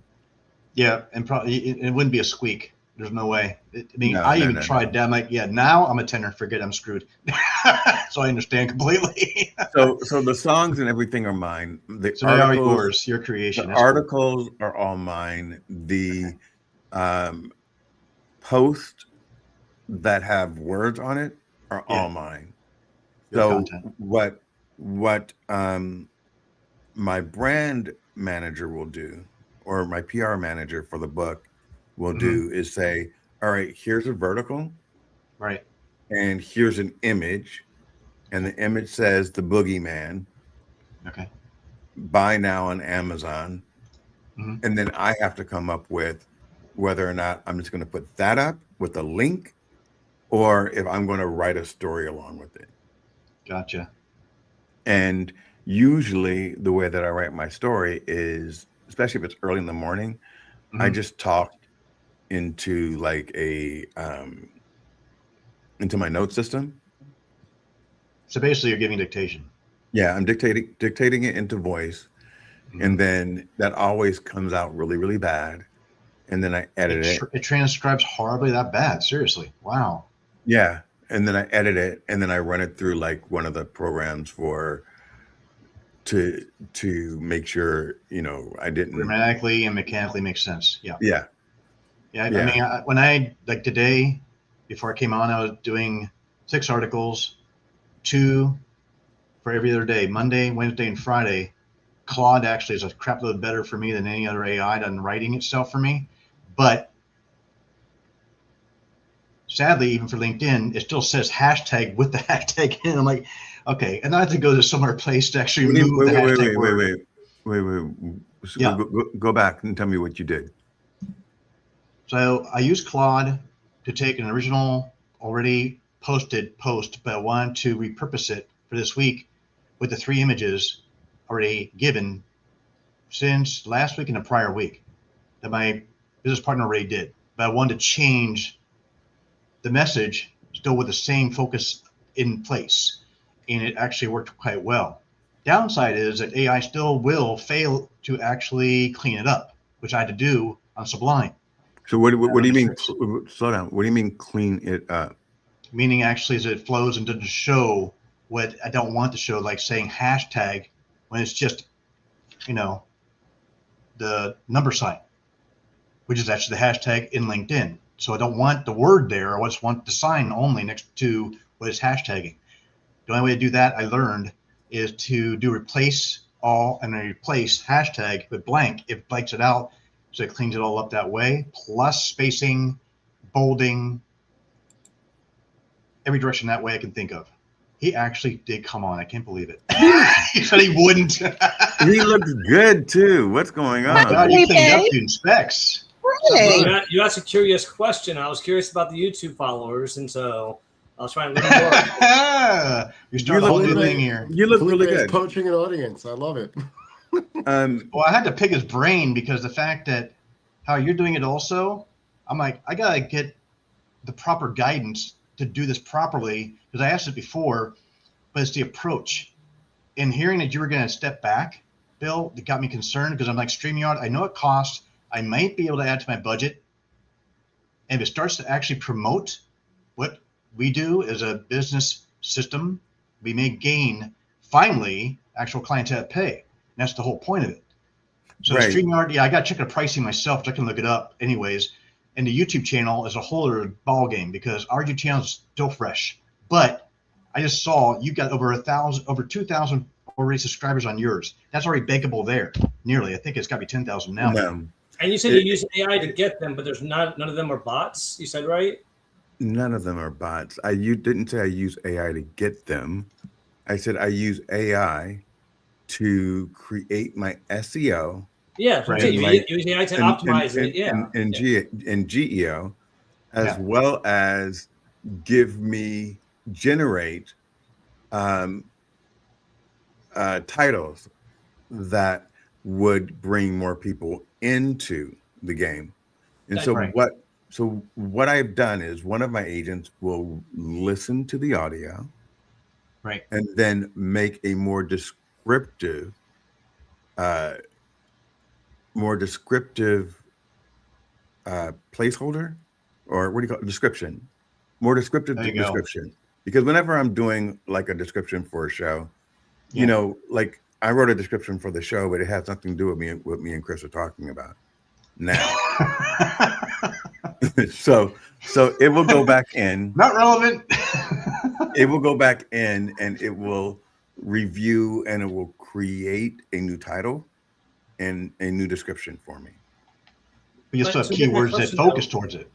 But And- here's and- the thing, with the AI though, and with the functions, do you get, now that you have over the 250 the 500 threshold, do you get analytics on who this community is from, what areas of the country or the world, or I know that 90% are from the United States, or Okay. 80% are from the United States, and I think 15% are from India and UK. Like the whatever it is, the big So it's chunk is diverse. from So you get lower percentages between Europe, UK, Africa, but most of it's going to be more like I don't us. think I have very much from Africa, and I I would think doubt that too. Yeah, probably South I Africa if we're lucky. I believe that. Well, no, because and he's from. Oh no, he's from London. Hmm. I believe that if it's a small segment, Yeah. that it's not enough data for them to analyze. like how can you get like like on LinkedIn we see who's in the chat, and you can engage with those people who are in the chat, but you can't see the other viewers, right? With the same thing with YouTube, you have so many people watching. Like how can you find out how to engage with them? Is there a way to do that or not really? Unless So they can. after the show, that's all gonna go away. What do you mean? All the data goes away? Yeah, don't you have a YouTube channel? Yeah, but I mean, I don't get that much data. I get very little data on it. I mean, it's not Right, but if you ever notice on your YouTube channel, we all talk to you on YouTube, right? Yeah. But go back to one of your videos. Oh, the None chat of won't be those- there anymore. Yeah, none of those, Wow. none of that's there. You lose Okay. it all, and I All hate right, that. all right. And you lose the numbers. So after we end this show, it's probably going to say there were 0 people here, because then it starts counting all of the replays. Oh, I and that's experienced that last so night. those Actually, numbers that we itself, have you're are right. replay numbers, are not live numbers. No, those are replay. According to my experience last night, Bill, when I tested out on my own, I did as a private live on YouTube.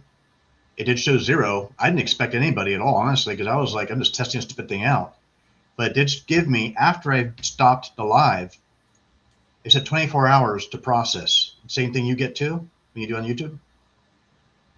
I don't know, because I don't check. Like literally, Okay, after the show, I walk away. I You're get my gone, you reports close 24 out. hours. I get my report 24 hours, but again, it's not a tremendous amount of data because there isn't that many followers yet. But Okay.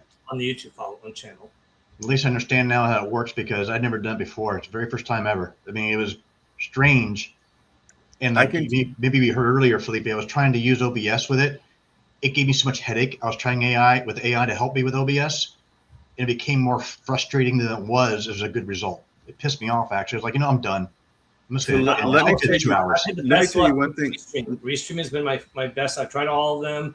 I even tried the one that the team in UK wanted to try, and we tried that one. Restream has been the one that has given me the best value for free and the best value when I purchased. I have the paid version now, and it's the best value right now for when Really? I got it. Now, there are tiers like everything else, and they try to ding you for more features, and you're like, oh, well, I just want this. Like, oh, but if you want this feature, you got to pay me this much. And it's like, Always So reselling more. Yeah. I just got StreamYard, and I'm used to it, and I'm able to stream to like 10 different spots. Restream So when did you start with StreamYard, Bill? How long ago? a Last year ago. Yeah, A year ago. before I ran out of money. yeah, but Restream, here's the thing, Bill. Restream, I can stream to Substack, which does a great job with parsing out shorts for me for YouTube and for the other ones. Live. And it doesn't that doesn't cost anything. And so, but apparently, StreamYard doesn't have that option of Substack yet. They haven't No, included it. we're on Substack right now. Why Get did out of Mac? here. Seriously? Someone told me that StreamYard couldn't do that. Okay, so let's all stop for a second. So I'm gonna go back to Joe's question. So Thank when I started streaming to Substack, Yeah. Substack started creating shorts and automatically putting those shorts into YouTube. Whoa. Those shorts increased everything that I was doing. That's sick. And I took a break I had under 1,000 viewers. And so I took a break over Christmas and I only did Substack Lives. And it would be me and Serenity or me and Shawn Michael, whoever wanted to join me. Or I would just sit on my couch and just talk into the wind. And those shorts went over to Substack. Went over to YouTube and went over to Instagram and to Facebook. And that increased That is disgusting. It spread like wildfire? It spread like, yeah. And the thing about it was because I was less guarded than I am on. You got personal. You were just being you. On LinkedIn. Yeah. I was literally sitting on People the corner. actually attract that big time because they like to relate. That's the whole point that I get. I was sitting in the corner on my couch with the ring light, with my phone, and I would just sit and talk. And it's like you were doing journalizing without journalizing. Whoever showed up. Wow. And then we would ask people questions. I don't have a big Substack fan base, but it was all the shorts that it created from that, and the fact that I was just being like silly, like I would just be in my you were chilling. My sweatshirt, and it was always just me on the couch, and I'm just like sitting there, just getting comfortable, and it worked. And shorts, they say, work better than live videos. Longer videos, yeah. Oh yeah, absolutely. Shorts definitely do. I did a short about shoveling snow, and it like went crazy. One of my shorts for LinkedIn went better than the live did. So yeah. Listen, I gotta get going, but I do. So, but I just want to make sure. So on StreamYard, you can stream directly to Substack. You're not streaming separately on Substack. That's disgusting. I'm going to explore that too. Well, damn. Yeah, I'm all right. Right now, we're streaming to LinkedIn, YouTube, Substack, and Instagram. Okay. I got no, because that's what I do. I do LinkedIn, YouTube, and let's talk offline about restream. I think we actually need a 3-way call together because you guys are giving me some ideas I love. This is very helpful, really helpful. But let's talk about that horrible shirt he's wearing.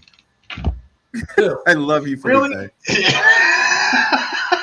We're both basically wearing the same brand. You know exactly what I'm thinking. Hey, we're both wearing Nike. Yeah, there you go. All right. I will see you all later. Have a great afternoon. Bye. Have fun, man. Thanks for coming out. Ciao. Ciao, bellas. So yeah. So you are a technical person, right? Yep. All right. You have Claude, right? Claude, ChatGPT, Grok, slow down, to name a small handful, yes. I didn't ask you all that. You have to answer the question I ask you. All right. Look at your Claude. You should have Fable 5 on it until July 7th. Sonnet 5 I have, the medium, yes. Fable 5. No, I don't have that one. I'm not paying for it, by the way. For what? Go to your Claude. I'm on Claude. You're not paying for it at all? I know. I'm paying actually for ChatGPT, not Claude. Switch it up. The differences. Yeah, switch for Claude right now. Claude is a much better AI than ChatGPT. Yeah, switch it up for 2 days. You want me to cancel my pro version with ChatGPT and try out with Claude for a couple of days? Okay. Don't do it. Forget it. No. If you're asking me something, it's like it got me curious. So what I'm telling you is that right now, I have the ability to use Fable 5. Fable 5 on Claude is so fucking powerful. So in one day, Hmm. it created 30 agents for me, and they all work through vibe coding. Now you got me ChatGPT curious. cannot do that. If But ChatGPT had a model that could rival anything that Anthropic is holding back, Hmm. they would, because yeah, that's how powerful Anthropic is. They're the best AI out there by far. but Even though Claude Joe, got started, I think in 2023, but either way, Joe, the Fable 5 upgrade is yeah. only available to us until July 7th. So I think it may not be useful for you to do it now, Mm. but yeah, if you were paid on Cloud, I would tell you try. I have been like, what else can I do? What else can I do? Like more features? Come on, let's go. To automate my life. And then what I do after that is Okay. whatever Fable, because Fable 5 uses a lot of tokens, which is like gas.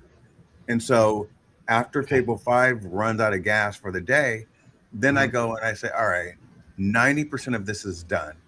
Codex, finish it up for me. And it Because does fast. I already have the file Yeah.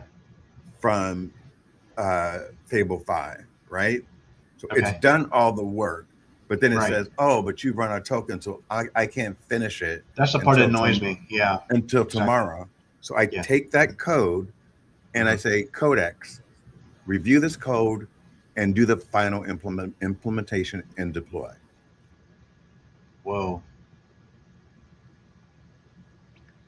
I can't remember which one I did use. It told me my tokens were maxed out, and I was so pissed because I was like, I'm on a roll here. Don't kill me now. But they refresh every day, like every I 5 hours. know. I'm impatient though. That's my problem. Especially I'm on a project. Yeah. So the way that I use my AI Yeah. is I tell Dougie, this is where we just left off with Fable 5. Please speak to our CTO and come up with a plan Mhm. for once Fable 5 comes back up. It will come back up at 11:40. For some reason, I always run out and it comes back at 11:40. Claude And gives so, me that same thing when I'm writing articles. I had to wait 10 hours, then 5 or whatever. So you experience the same thing. So even paid version doesn't seem to matter. Is that right? no, Fable 5 is just it takes up a ton of tokens. Wow. Like I never ran out of tokens before That's a Fable 5. drawback, dude. That No, sucks. it's not. I've built 3 websites, 30 agents, and a private secret website for one of our friends that she doesn't even know about yet. I created all of the GEO backend for my book. So now my book is automatically being pushed up through all the meta tags of all my articles because all my articles talk about my books. And so, like, all of this was done in 3 days. I'm about to ask. 3 days. Wow. Yes, 3 And most days. of it, and all of it, pretty much automated with that. With the only exception, you had to give instruction to it, which I had to do as well. Even to But if repurpose postings I did today, 2 hours of work. That was it. 2 hours of work. why would it take you 2 hours to repost an Because the article? fact that I was realizing I was making mistakes. It was only doing what I was telling it, and I was like, oh crap, wrong post, Joe. So I had to recopy, cater, dump it into it, change the context, but still stay in the same point of topic, even though I was using 3 different images regarding what the posts were about beforehand, but didn't want to copy the exact same post. I wanted it to be changed so the language is not exactly the same. I don't want to just be copy and pasting. Anybody can do that, but for the business purpose is why I changed it. Plus, what the current actual business model is the other reason why I also did some change ups to be more current, and it worked. That's All why it right. took 2 hours. Yeah. All right. But what you're telling me, so by Tuesday, it's not going to be relevant for me to purchase even today the pro version of um, Claude. Is that what you're telling me? It's 6 o'clock on the 5th, Exactly. and it's going to So right now, it'd expire be on the useless for me. You're 7th. telling me? I think so, because You're being realistic at remember, least. remember, it's only as smart as you are, and so if you've never used it before Right. and you ask it a question, I'll have a learning curve you're going to burn through all of your tokens on the first day, and faster then than you're I gonna be probably like, even think. I can yeah, imagine that, and I don't want yeah. to waste my time. Exactly. And so the reason why I told you that I talked to Dougie Yeah. is I will say, hey, Dougie, this is what we have to get done. Okay. This is exactly what I want. So I'll talk to Dougie about everything that I want, and then I'll get mad at Dougie because he doesn't do it right. It doesn't listen very well. And then I'll say, no, come back to me with this. So all that back and forth is happening between me and Dougie. Right. So then by the time I go to Fable 5, Mm-hmm. it's a completed prompt. And you didn't have to wait that long for it either. I don't go back and forth with Fable 5. I do that in the on ChatGPT or with Dougie or somebody else. Okay. Right? Because Fable 5 is going to cost me. What I do with Fable 5, it gets the end product that I want to build. Okay. And then there's also access. So some of what it delivers, I still have to manually do some things, like my API keys and all that, the privacy those are more like, stuff. like back end stuff. Yeah. Yeah. And so I still have to do that. And I talk to Dougie and I say, okay, Dougie, it's asking me for this. Now I have it. I don't want to break anything. Where do I put it? And Dougie will just talk to You me. need the proper approach and steps, which is important. And it will know, which I've learned the same trick. APIs can be a bit of a hassle, even through ChatGPT. I had to learn through the stupid system by it telling me where to go in settings to get the API. I'm like, seriously? Like, yeah, seriously. Copy that damn key and put it in your Sublime. It knew my Sublime because I told it, like, okay, thanks for reminding me. Yeah. So if you have some things going, what I can do is I could probably. What are you thinking about, dude? I could probably finding in there. I can probably clone my agents and give that to you without my specific data. Make sure that there won't be any contingency with that idea. I like it, but just make sure there's no no contingency. What the contingency could be, because this might be proprietary to you alone, and then it would be considered me taking over that, even if you gave me the copy. But I don't want any flags, if you will. It's proprietary property of mine. Right. But if I give it to you, you can use it. I mean, would it flag at all about a different IP address using it though from my computer at home? No, because it's cloud based. Yeah. Okay. No, I'm trusting it because. But I these don't are the know areas I look at, man. But I don't know if I can clone it. So let's figure that out. Well, explore. Let me know. You let me know. Because I do know that I can. That my app was built to be able to hand over to somebody else. The executive tracking app. Really? Oh, yeah. Okay. So I didn't know that part. That has a PWA on it, so that it can be repurposed for your phone, and that's my executive. Verify first and let me know, even by text, if it's viable and if it's able to be done. I'm on board. Yeah. Rock on. Cool. But no, don't drop this, dude. Unless it's because of financing, I get it. But don't drop this show. It's just because it's so difficult to, like, right now. I've been so focused. Okay. This is actually that I think that's really what is bothering me. I've been so focused on getting my book out, getting my website out, getting my app done, that I haven't been focused on getting guests. Oh, okay. So now it's summertime and I don't know what I want to talk about. I haven't really been thinking about it. And I feel like it's like an afterthought. And eventually, if I don't keep people engaged, like if you notice, we done lost like half the people. Dude, it's like practically now we're 2 hours in. You're down to how many now? 124 on YouTube itself, which is like a slap, right? Yeah. So Three people on the show now, so it's like nearly wrapping up time. yeah. Yeah. Chrissy, I was are like, you okay, still- are we just talking to ourselves now? Practically. Yeah. and nobody on LinkedIn. Like, No, dude, there's only 3 people on LinkedIn, barely. Yeah.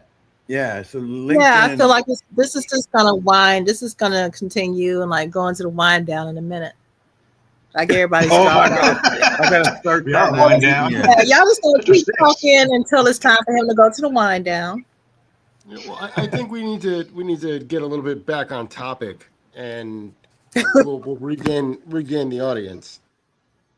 Well, I think LinkedIn is done. YouTube is almost there too. I don't know about Sublime. What is Sublime? But let's catch up, dude, because honestly, that was really helpful what you gave me. Even though it was not on topic, I'm not sure what the topic was originally. I'm really ask forgiveness. Make it 1 hour Take and us come off up with track. a topic and people come. You know, I agree with that, Omar, but I just said that normally I do come up with a topic and I get a lot of people that come every week, as long as it's 4 o'clock and 1 o'clock and 10 o'clock. I get tons of people that come. But over the last couple of weeks, I've kind of not been as focused on the show as I have been about the other projects like the book launch and the website launch and things that are going to make me money.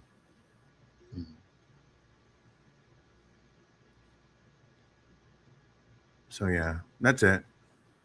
So, what was the topic between you and Chris originally that I totally steered away? We were talking about anything we wanted to talk about. Oh, so it was an open game. But Chris, you want to close out?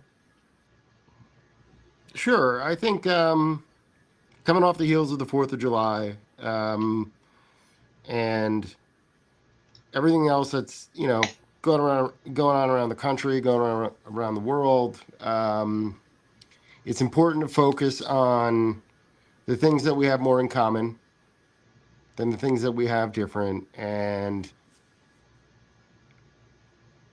we only have another couple of, hopefully, months left to deal with whatever we're dealing with. And I don't know. America, as I put it in the text to you yesterday, William, America's always been a 2 steps back, 1 step forward country. And I think we're prepared for a big step forward. And I think it's important to remain focused on the good, the commonality that we have, and the things that we all agree on, which are like morals and the things that we enjoy and the activities we enjoy. And Hey, Yvette. I agree with you. I agree with you. I think that, and Joe and I disagree on this subject, but I still love him. But I think that we need to get over this administration. I think that we need to get over the division and the hate, and 100%. we need to move forward with more grace. And yeah, we need to stop focusing on egomaniacs who are self-absorbed and start finding actual real leaders again, regardless of what party they are from. And we need actual decisions based in policy rather than grandeur and self-enrichment. yep, I 100% couldn't agree with you. more. I fully agree. I support that. I even Yeah. endorse it. How about that? I'll endorse it. No, we were lacking leadership, and We haven't had leadership in too long, man. yeah, it's been about I don't know, 10, Decades. 15 years. Yeah. Decades. So We need some serious leadership that actually understands, complies, and works with us, not against us. I think we should do away with the electoral college, period. Thank you. Bill for president 2028.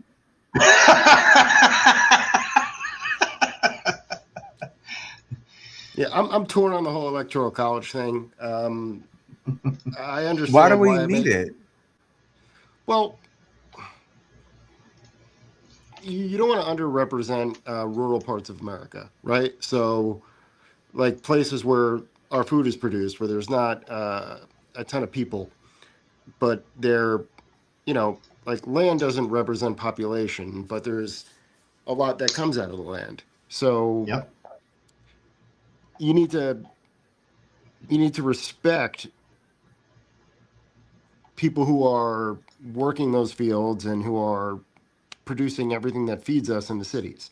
And we might be population dense, and we might be like educated in a what I would say a different way in cities, right? Because we are when you're in a city, you're programmed into like technology and whatever else. But to disrespect people who understand agriculture and how animals will affect the environment, and to underrepresent them, I don't think it's quite fair either.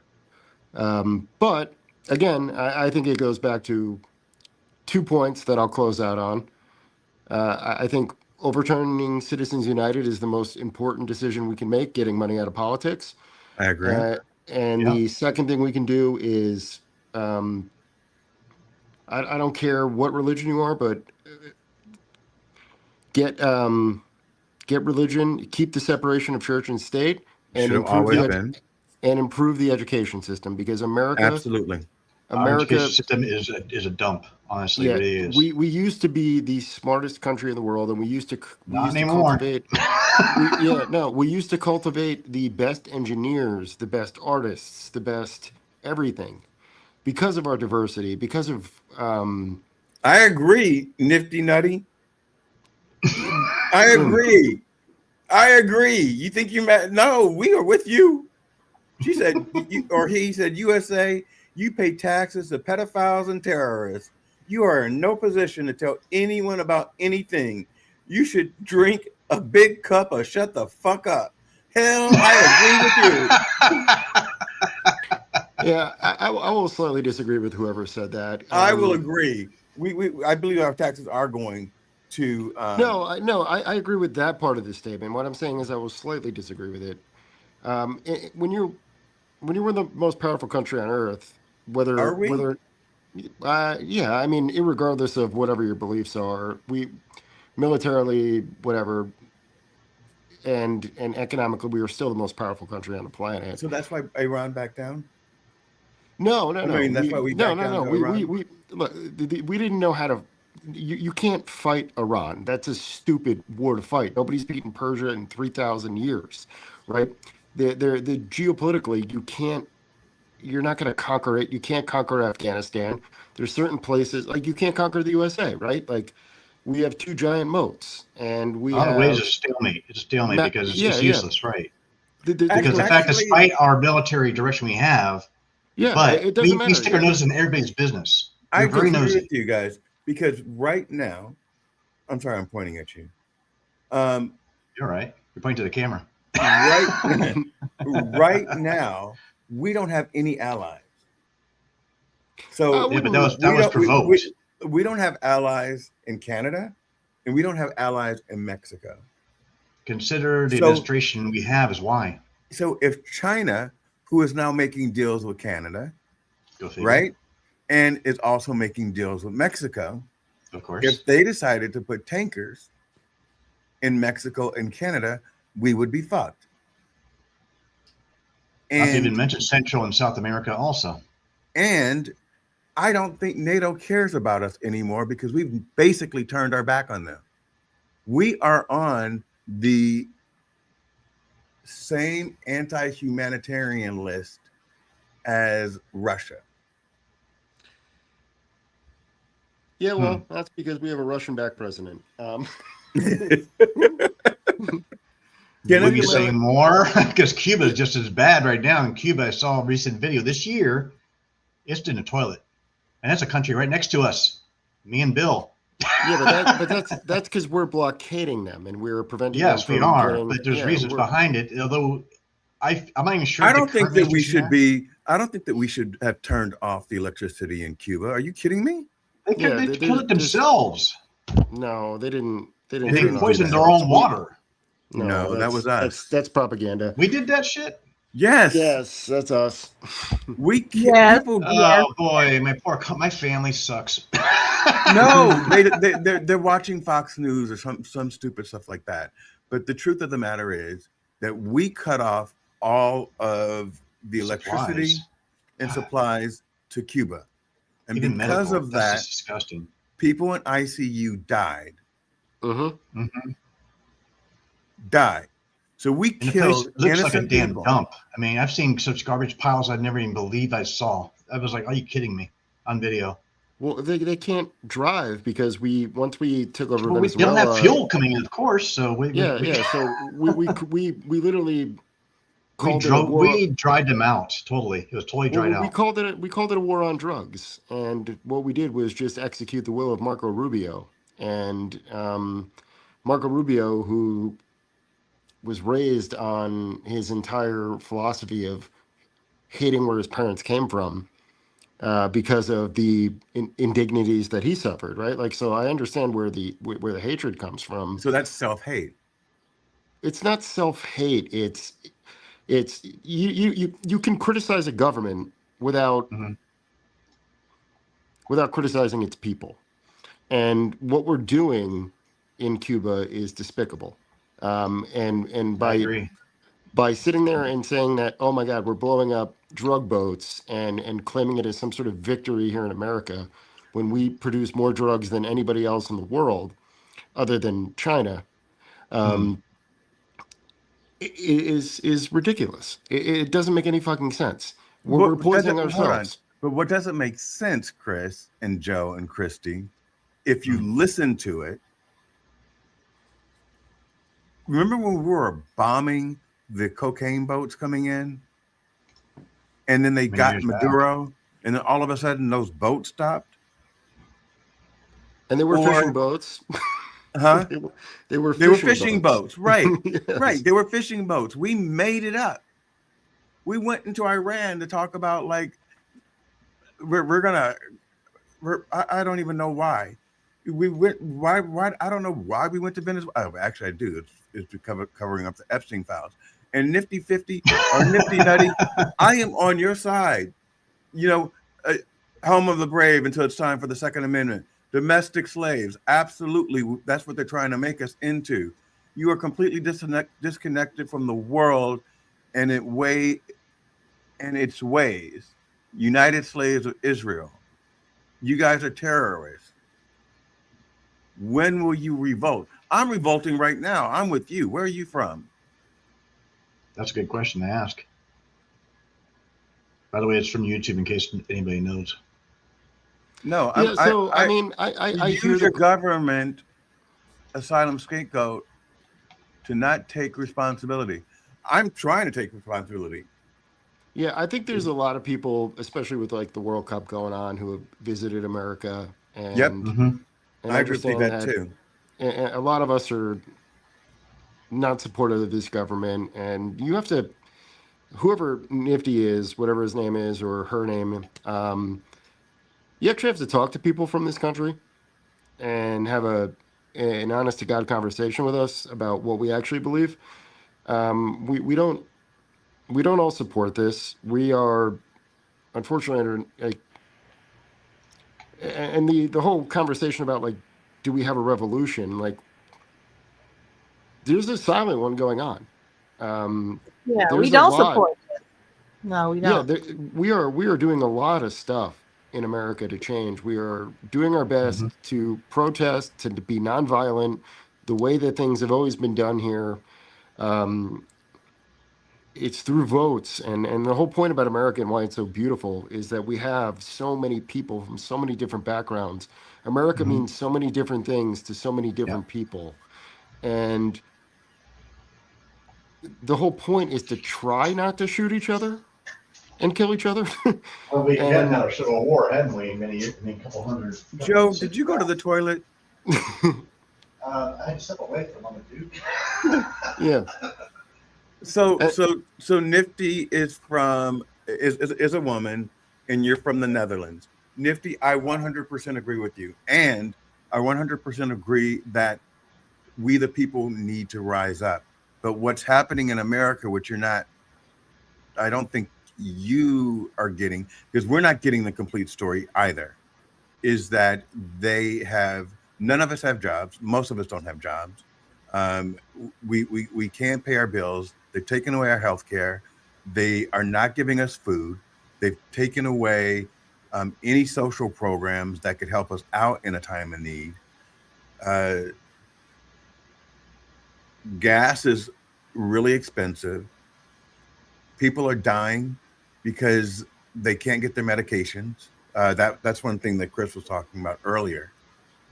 So we're not complicit in this. I believe that Americans have been complicit, but we are not. And it's a scary time. You know, I just watched white nationalists marching on our Capitol. I would never think that I would see that and that be okay and be considered patriotic. And I think it's also why are we over in Greenland? Like, what are we doing? We're not even feeding our own people. Why are we in Greenland and in Iran and in Venezuela? Hence the point. And Bill, I think it's also a really fair point to make that, like, there's the I natural. agree with you. There's the natural. She's right. Why are we spending so much to have people pull triggers, but too dumb to wonder why? Mm-hmm. It's by design, 100%. Yeah, awareness. Yeah, we need this awareness. You know, people need to be talking about it. You know, why are people that aren't doing anything, they aren't committing any crimes, being dragged out of their homes? You know, they were born in America. Why is all this happening? You know, I have fear. I have general fear when my son, who is a black man, leaves his house every day. All this is happening. And we have to be aware. So we have to keep sharing and having these conversations. Because it's getting worse. And you can't ignore it. The thing about Nifty Nutty is because she is in the Netherlands, she knows more about what's going on worldwide than we do. That we know ourselves. Because Trump is telling us, oh, the world respects us. No, they don't. Does not. But let's go back to Chris, because I mean, look at the points we also have too, though. And Chris, you're probably going to echo this because it's being shown. 250 years of this country, and look at that celebration ended up being a flop, a joke. It was actually a slap on our own face because we didn't want to attend. That would end up being a government-based actual celebration that was actually no celebration whatsoever of the country's birthday. I found that to be like what we expect to happen.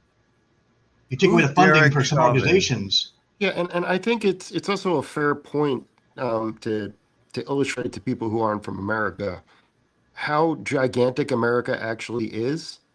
And when you're afraid of your neighbor because they might have a gun and they disagree with you, yeah, and then you also have to contend with a military that's flying drones at 60,000 feet, yep, that are spying on you constantly, and everything you're doing is being tracked. It's not exactly easy to organize a counter movement. We have to get smart, and we have to figure out how to stay out of jail, and we have to figure out how to feed our families. So, hey, you from the Netherlands, Nifty, give us some tips. Like, we need help. Input. We're not in the best spot, and we don't like it. I mean, we do try to rebel in the most peaceful way, but it's not an easy. You can't bring a brain to a drone fight.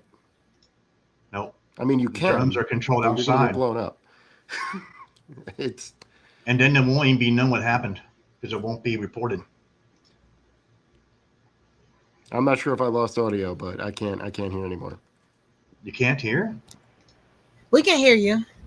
Yeah, we hear you. You hear us, Chris? Did William disconnect? No, we're still here live. I don't know what happened but he did drop off. I still hear you, Chris.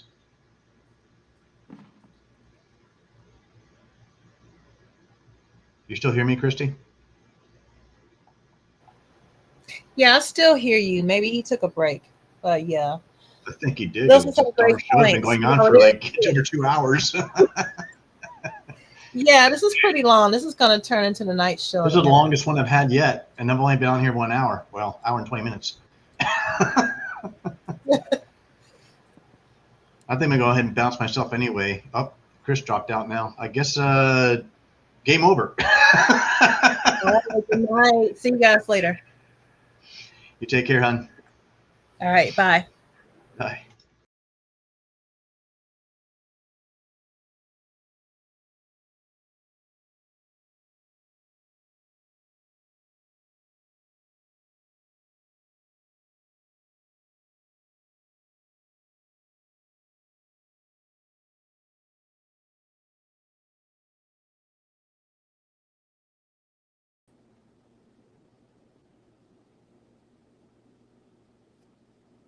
How did everyone leave?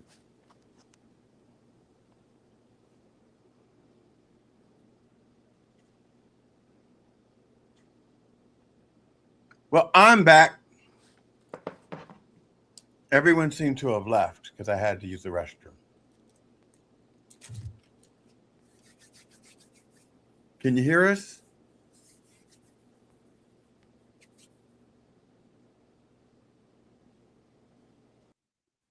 It got too real. Anyway.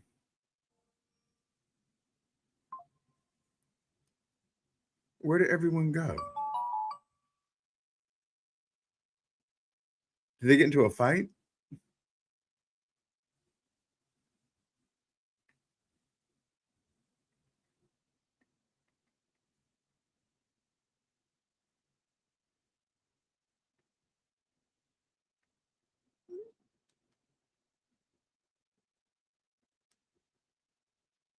That was weird.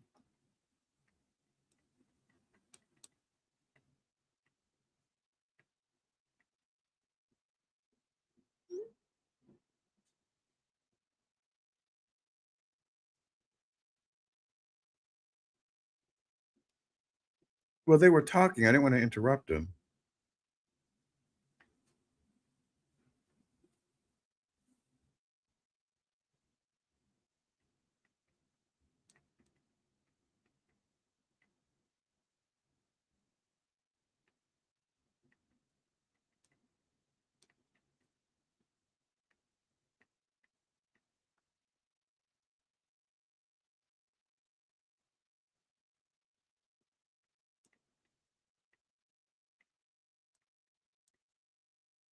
So anyway, my name is William Rochelle. It was good, but they said they didn't know where you were and they had been in here long. Can you tell us how the Second Amendment would work if used?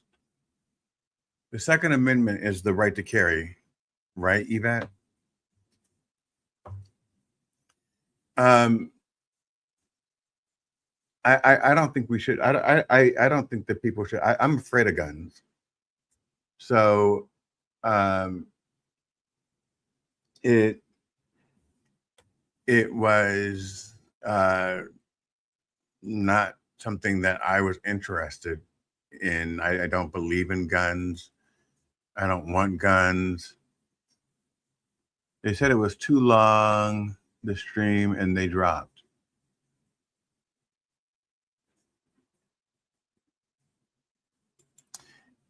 I think we'd all get killed if we tried to go kill the government, although the government came for us. And it really depends on which party it is. Did Chris come back? Yeah, I'm back. Sorry. Kenny called me and I had to use the bathroom. Oh, okay. Me too. So what happened? Did you lose power or something? No, so I had felt like you hadn't got a chance to talk, and I talked so much, so you started to talk, and I had to pee. So I was like, all right, well, and Joe talks a lot, right? So I'm like, okay, while they're talking, hold on for a second. Yeah, so I guess I'll while you're looking down, I'll finish the point I was making. Like, and I think I overheard you saying it as I signed back into the show. Geopolitically, America is huge, and it's very divisive from county to county. Not only that, but from state to state. There's a lot of disagreements between a lot of people, and unfortunately, um, there's a lot of people who are so enthusiastic, is the way I'll put it, about their opinions, and they tend to buy guns at a much higher rate than we do. Plus, the government is in control of stuff that flies at 60,000 feet, and they monitor everything we do on social media. And so my point is, if we are actually going to ever consider anything like a revolution in this country ever again, we have to be very, very smart about it. And we need to understand the tools that we have in place and understand that asymmetrical warfare exists, and violence isn't necessarily the answer, outside of, like, don't back people into a corner is what I'm saying, because you're gonna end up in a bad place. I love what Nifty Nutty is saying about, because I know this, that the rest of the world will not eat the food that the FDA approves for us to eat. I've heard that a lot of times. Nifty Nufty actually has pretty good insights. Yeah. So, Chris, Nifty Nutty is pushing back at you and saying, "Can you tell us how you would revolt if not with violence?" Sure. Economically, I would unsubscribe to every, the stuff that I've already been doing. I unsubscribe to every major technology company possible. Um, I I participate in certain things that are protests. I've showed up at Delaney Detention Center in New Jersey, and I've held up a sign and done stuff like that. And trust me, Explain to us what the Delaney Detention Center is. That's where they're holding the immigrants. yeah, that's where ICE is. It's essentially a concentration camp in New Jersey, and long and the short, it's atrocious what's going on there. It's so we have built these for-profit prison centers in America, and that's what a lot of people don't understand. Like the big difference between Donald Trump and Barack Obama or Joe Biden, in terms of the immigration policies. Um, every and it's both Democrats and Republicans are guilty of this, but they they build these centers, and one will allow it to be paid through government sanction programs, where it's like actually benefiting federal employees, and then they will deport people legally, quickly, right, the proper way. And then there are people like our current administration who realize that you can make your buddies rich if you have to provide them shitty food that are filled with maggots and house them in places like Alligator, Alcatraz, or Delaney, and yada, yada, yada. So what we're essentially doing is we're creating a market that doesn't need to exist in order to enrich already wealthy people who run very unethical businesses. And it's difficult to fight back on, because you have to be really educated on this stuff. And when you're overloaded with so much negative shit in the world, right? Like, your emotional overdrive goes into a default mode where you're like, I can't hear anymore. It's too difficult. Um, I'm so stressed out. I just want to focus on work. And so, like, that's why I never try to attack anybody who's, conservative or MAGA too hard, because most of them are if you get to know them, are willing to take the shirt off their back and give it to you, and they're hardworking people. But they're To give it to you, but would they yeah, give? But would they give it to Jamal? it. I think that's another 70-30 split. And I think that split is too wide for me. no, I'm not disagreeing with you. I am never going to be somebody who's going to deny that racism is an atrocious problem.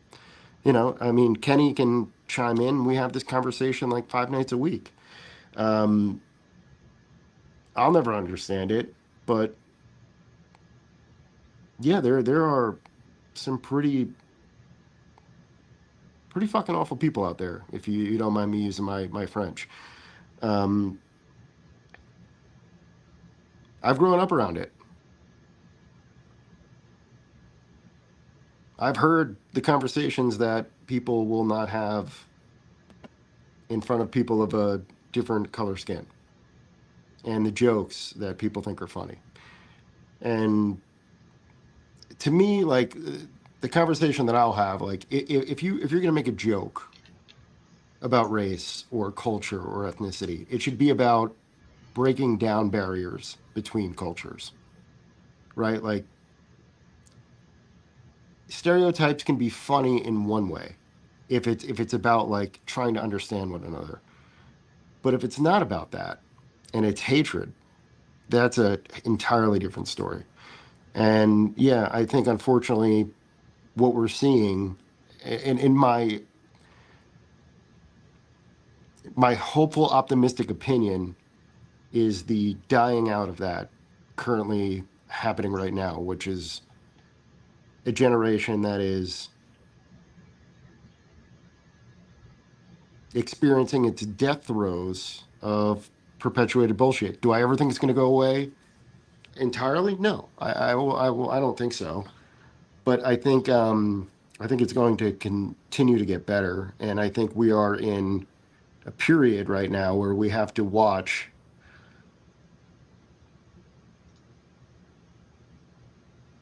unfortunately a generation that perceives threats that aren't there coming for them. And I don't know what the answer is other than conversation. Right. So here's what I'm going to give this response, Chris. So I was thinking, hey, the generation that were racist and everything else, they're at the end of the pillar. They're dying off, right? Mm-hmm. The problem, believe it or not, is that MAGA has been around for the last 10 years. So someone that was 8 is now 18. And they've grown up thinking that this is normal. Yeah, I was going to bring up the Nick Fuentes argument as well. I was trying not to open up that can of worms, but yeah, no, I hear what you're saying loud and clear. Yeah. And like when I was younger, I grew up. My first president that I can clearly remember was George H.W. Bush, and with the tail end of the Reagan years. But a president used to be somebody to be looked up to and admired, and you would try to emulate that as like sitting behind that resolute desk was something to glorify the nation, to exemplify ideals, right? Like one of my favorite presidents, even though he's largely considered a failure, is Jimmy Carter, right? Like Jimmy Carter was, if anything else, an amazingly decent human being. And he's the guy you get, like, talk about like a dichotomy and a difference. Like that guy gave up a peanut farm that he was barely making anything off of, And now we got a guy who's making billions off of cryptocurrency from his own supporters that he's doing rug pulls for, and giving contracts to his sons and accepting planes from countries that we are running money through to fund Hamas. like I don't know how familiar everybody is with the whole October 7th story, and I'm not trying to get into too much of that, but Well, they're saying that the entire October 7th story was done by Netanyahu.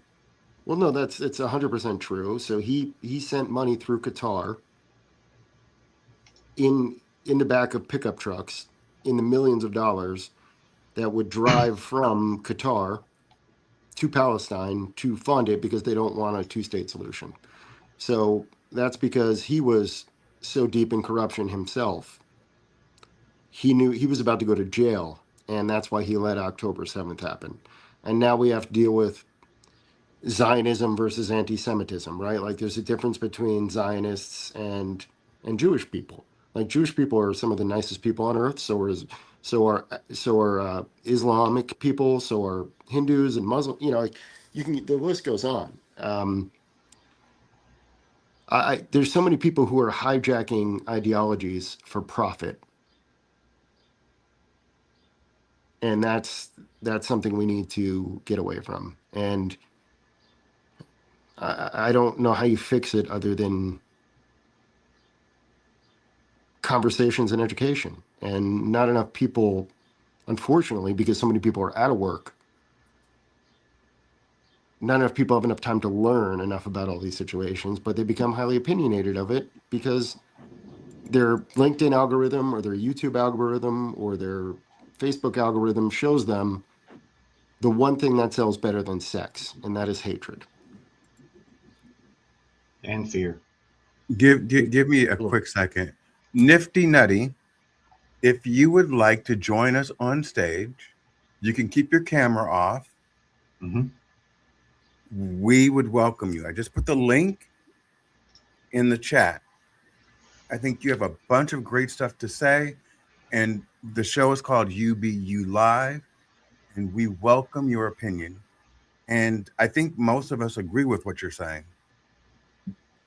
And we would love to hear what's being told from the Netherlands, because we're not hearing everything. Welcome back, Christy. Go ahead, Chris. No, I mean, I can't see her comments, so you're gonna have to read them to me because I'm on an iPad. But you know, I don't think she's wrong about anything about what she's saying. I think there's a misconception about how most of us are, and I think like there's too many of us who are so consumed with dopamine reward systems that are, you know, I want to see the notification show up in my system, and I want to see whatever, and I'm going to be I don't know, a keyboard warrior, whatever you want to call it. That people aren't actually out there doing enough stuff, and they think just by using their voice they're actually doing stuff. And so like I always make sure to show up on the front lines. And but it's incredibly difficult because it's hard. We don't have good, like I said earlier, we don't have good leadership right now. And I know a lot of people don't like him, but Zoran Mandami, what he's doing in New York City is incredible. I love Zoran Mandani. I have never seen a budget get balanced that quickly, and I know it's not there yet, but I don't think enough people understand what the term democratic socialism actually means. It's not socialism. It's not communism. The country was the most successful. Like That's a good question to bring up. Do people know the difference between socialism and communism? Because there is a difference between the two systems, big time. And democratic socialism, right? Yeah. So we've always been democratic. I mean, we're a capitalist country either way, technically free, But do we actually have freedom? There's a very good question that's even been asked by George Carlin. Says it's an idea. Truly, you guys aren't free as shit. I'm like, damn, talk about talking blunt. And for a guy who's actually a baby boomer, I feel as if he got killed. But technically, they say he died by natural causes. But a lot of his wisdom truly stood out and still being seen and heard on YouTube big time. Even reaction videos I've seen, people are stunned by his actual, it's just observations he made and facts that he actually explored. Being a Gen X that I am, born in the 60s, when you were mentioning about the variations, dude, I've gone as far back as, I think I go back as far as Nixon. But General Ford, I think, may have been who I voted for, or back in the day of Carter, best guess, even though I was born during Johnson's actual presidency. So that's how far back my generation goes. So I'm like, You're not Gen X? I am Gen X because I was born in 67. I'm Yeah, almost and- six. I'm actually 6 Johnson. decades in. And I don't think enough Really? people- Don't know Johnson. Wow. Lyndon Johnson was president from 63 to 69. But I don't think enough people like, and I think I said this last night in the chat with William and the side group chat when I was wishing everybody happy 4th of July. Like, Yeah. The ironic thing about MAGA to me Mhm. is that they want to go back to a time period in their brains when democratic socialism is what made this country great, right? We created national parks and employed people to create roads and highway systems and invested in Yep. infrastructure. And Yep. that's what democratic socialism is. And I think people are scared by the second word. Maybe we need to rename it something. Maybe we call it, if we can call it like democratic Bill just said like, no way. So I Well, I mean, I think messaging is By the way, Nifty important, Nuffy right? did decline. She doesn't want to come on here at Yeah. all. She declined yeah, it. that's what she said. No, Well, what I'm going to say. Hopefully she's enjoying the conversation at least.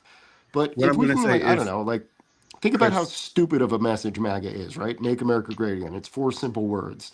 If we could uncomplicate what democratic socialism meant and just give it like a 4-letter abbreviation and call it like Making America Rich Again or something, we'll call it MARA.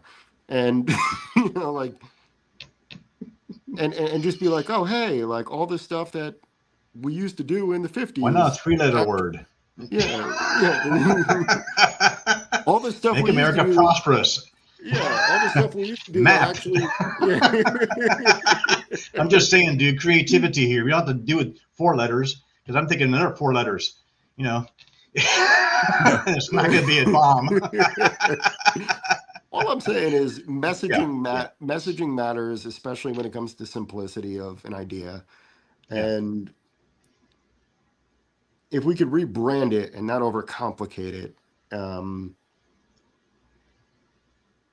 We need I to think we- improve this country without question because we are being insulted. We are being actually assaulted, not insulted. combined. Think about it. Our intelligence is being attacked, as well as our income flows, our budgets, our actual interest in being informed is actually also attacked. We're not being informed well. Others outside know more than we do. We should be more informed. We have to sometimes go outside the box to be as if we're not here to then learn from somebody else using a VPN. Right, How like weird is that? Nifty Nutty, or Thank you. yeah, like she's I use telling us. ground news to show Oh, me you- my blind spots and get information from That's- overseas. If you have to use a That's really VPN to good. be in China, so be it, dude. At least you get some information that's more valid about us. What's going on here? So Yeah. people always say we're the best country in the world, but I'm looking at like China and all the infrastructure that they They're have. ahead of us, dude. They're ahead Like, of us. like, why do we think William, we're you're on so mute, buddy. great? Huh? I'm on mute. Can't hear you. Oh, great. He lost his sound. Joe, Oh, can you hear me? I hear you fine. Oh, it's him. You can hear William? Yes, Yeah. we hear you. Okay, I'm gonna drop off and come back Oh, in. crap. I can't hear Will- William. will- Let will me you turn it on. guys I'll not stay. I'll leave? stay to hopefully. I'm Jeez. gonna reload. Free so I break can 3 get- hours, man. You know.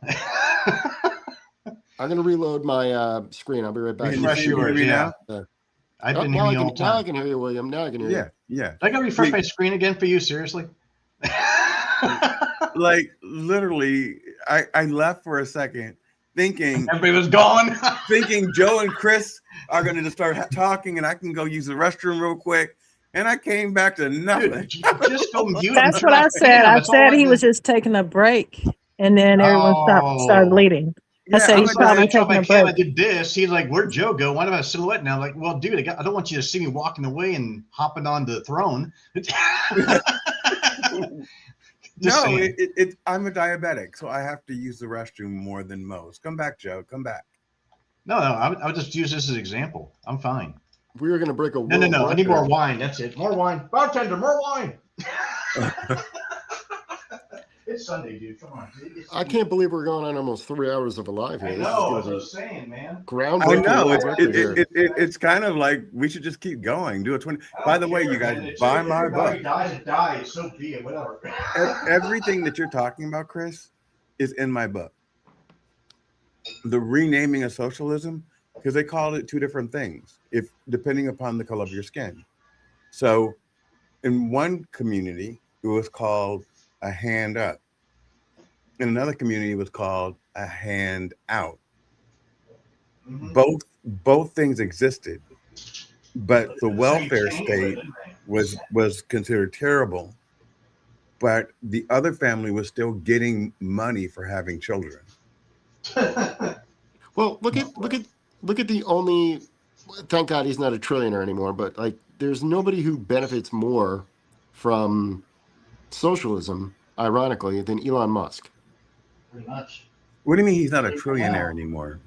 He his IPO dropped. Basically, that was another huge carpet pull, and so he was a trillionaire for all of a week and a half. And like 2 trillion. Did he make 2 trillion or no? no. He had like 1.1 or something like that, and then So he's down to 900 billion. Yeah, Oh, he's sad down to guy. like 980 billion with a poor individual. Poor dude. Shit, he could buy probably But the damn it's country all or an island. stolen money. It's all Well, we stolen money expect. from us. Plus, it's crypto, everything else he's getting involved in, dude. He's trying to buy children, trying to pay women for him to have more kids. I'm like, dude, what the hell is your? I don't even know what his agenda is. His agenda to me is like totally outside. Do you know why he calls grok? Because I'm it's afraid to a ask grift. this. Oh, No, boy. it's because he bases his entire life philosophy on this random science fiction book called Stranger in a Strange World. Go figure. Oh, God. It's about a human who's raised on Mars who comes This is down now here. beginning to click. Oh, God. Yeah, and his name is Grok. A novel by Robert Heinlein. Oh, God, dude. Seriously. Is he using that as a platform? That's just stupid. He's considered to be a supposedly educated guy. I think to question that. He is the least intelligent person I have ever come across in my entire He doesn't even life. know anything about tech, and yet he gets involved in AI just to get money out of it, of course. Duh. Well, his entire well-being comes from apartheid South Africa. His family owned a emerald mine, and Surprise. his father Don't leave. his father gifted him money, and then he moved to Canada. And he has actually paid to have most of this scrubbed off of the internet, but his father will still talk about it. But yeah, so Isn't he in a family of like I think 5 siblings? I have no idea how many siblings he has. I don't. I looked at it last time. I forgot, but go on. The only thing I know is that the dude doesn't know anything about engineering, and then he made his No, he doesn't. he made his initial money in. So after he got money from his father, he invested with Peter Thiel, who's pretty much the devil himself.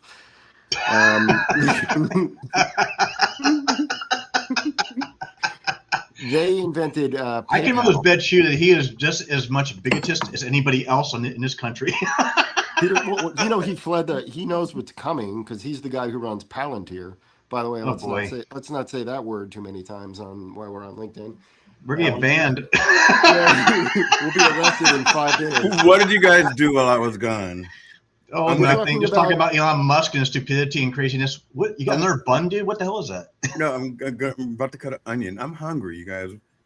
Just Go ahead, you're keep just eating talking. an I hope you have onion. cheese with it or something, dude. No. I'm making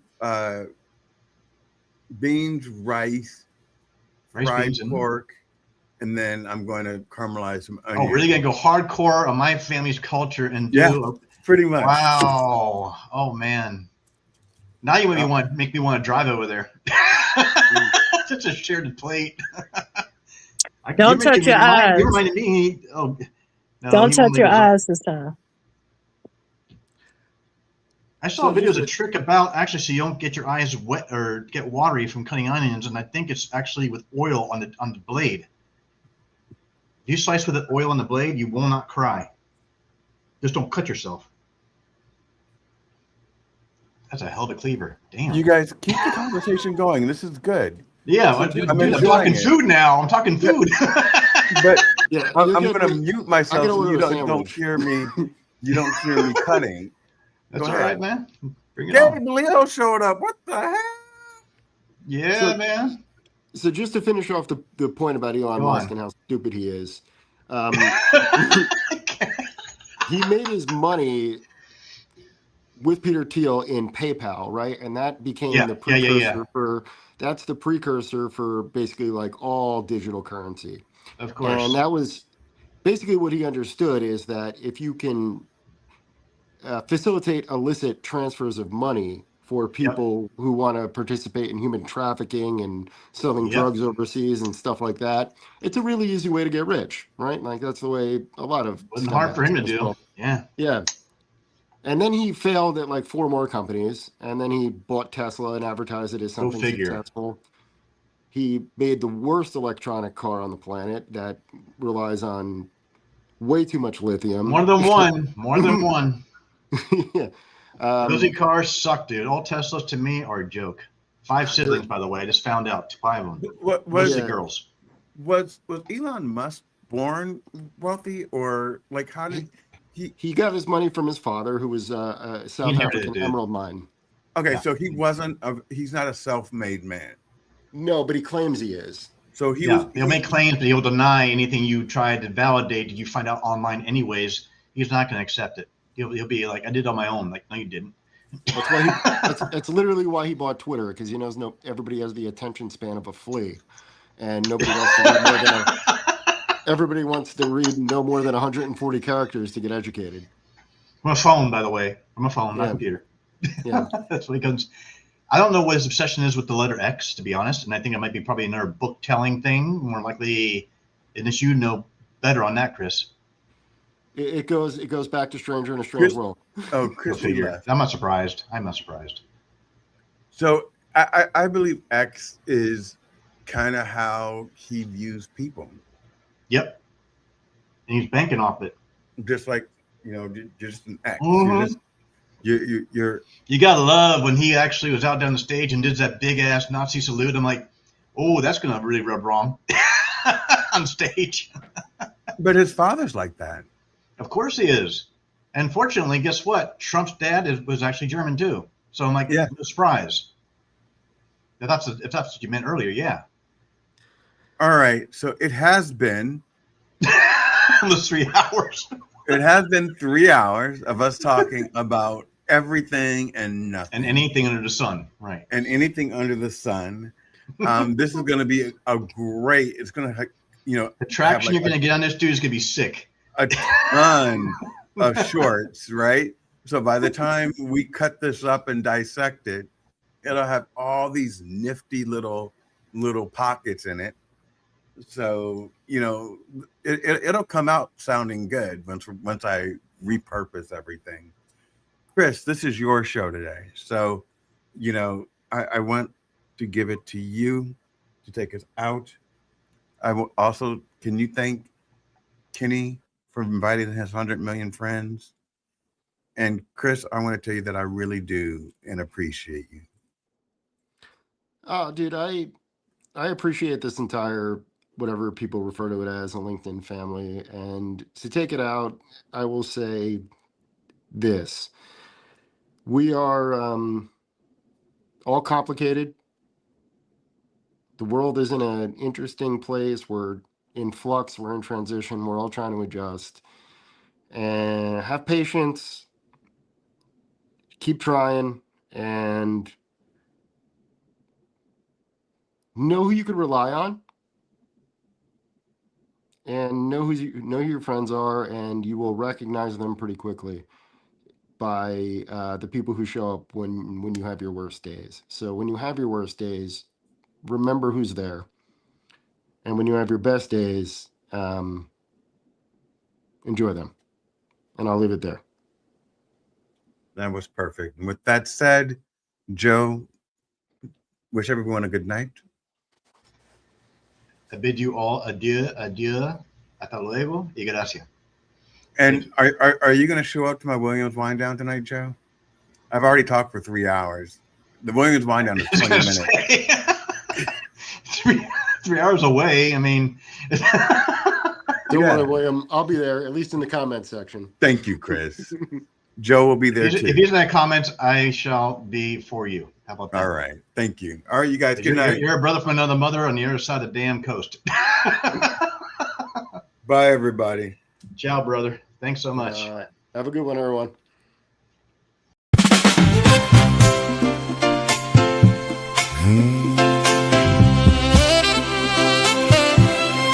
Mountain high. Valley goodbye.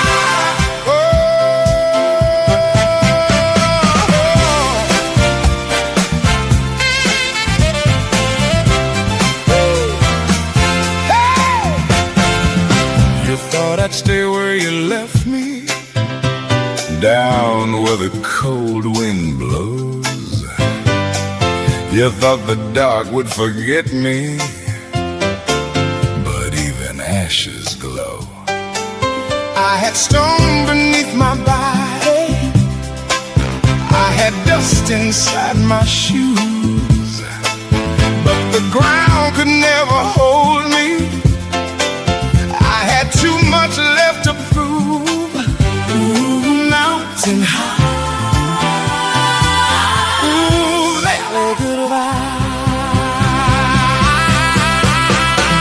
I know what I know. I feel what I feel. You can bury my name, but you can't bury what's real. I know what I know. I see what I see. What was meant to break me, put the rise in me. Mountain high, valley or die. I was not built to stay down low. No, watch me touch the sky.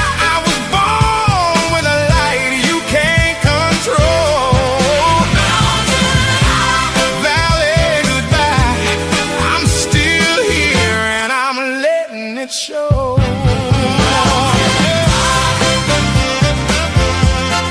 Valley goodbye, mountain high. I'm rising high. Oh, I don't have to wear that sorrow. I don't have to keep that face. What I lost inside the valley came back covered up in grace. Now I move a little smoother. Now I breathe a little slow. I don't need to chase the thunder. I became the afterglow. Ooh, mountain high. Ooh, valley goodbye. I know what I know. I feel what I feel. You can bury my name, but you can't bury what's real. I know what I know. I see what I see. What was meant to break me, put the rise in me. Mountain high, valley goodbye. Hey, I was not built to stay down low. Mountain high, watch me touch the sky. I was born with a light you can't control. Mountain high, valley goodbye. I'm still here and I'm letting it show.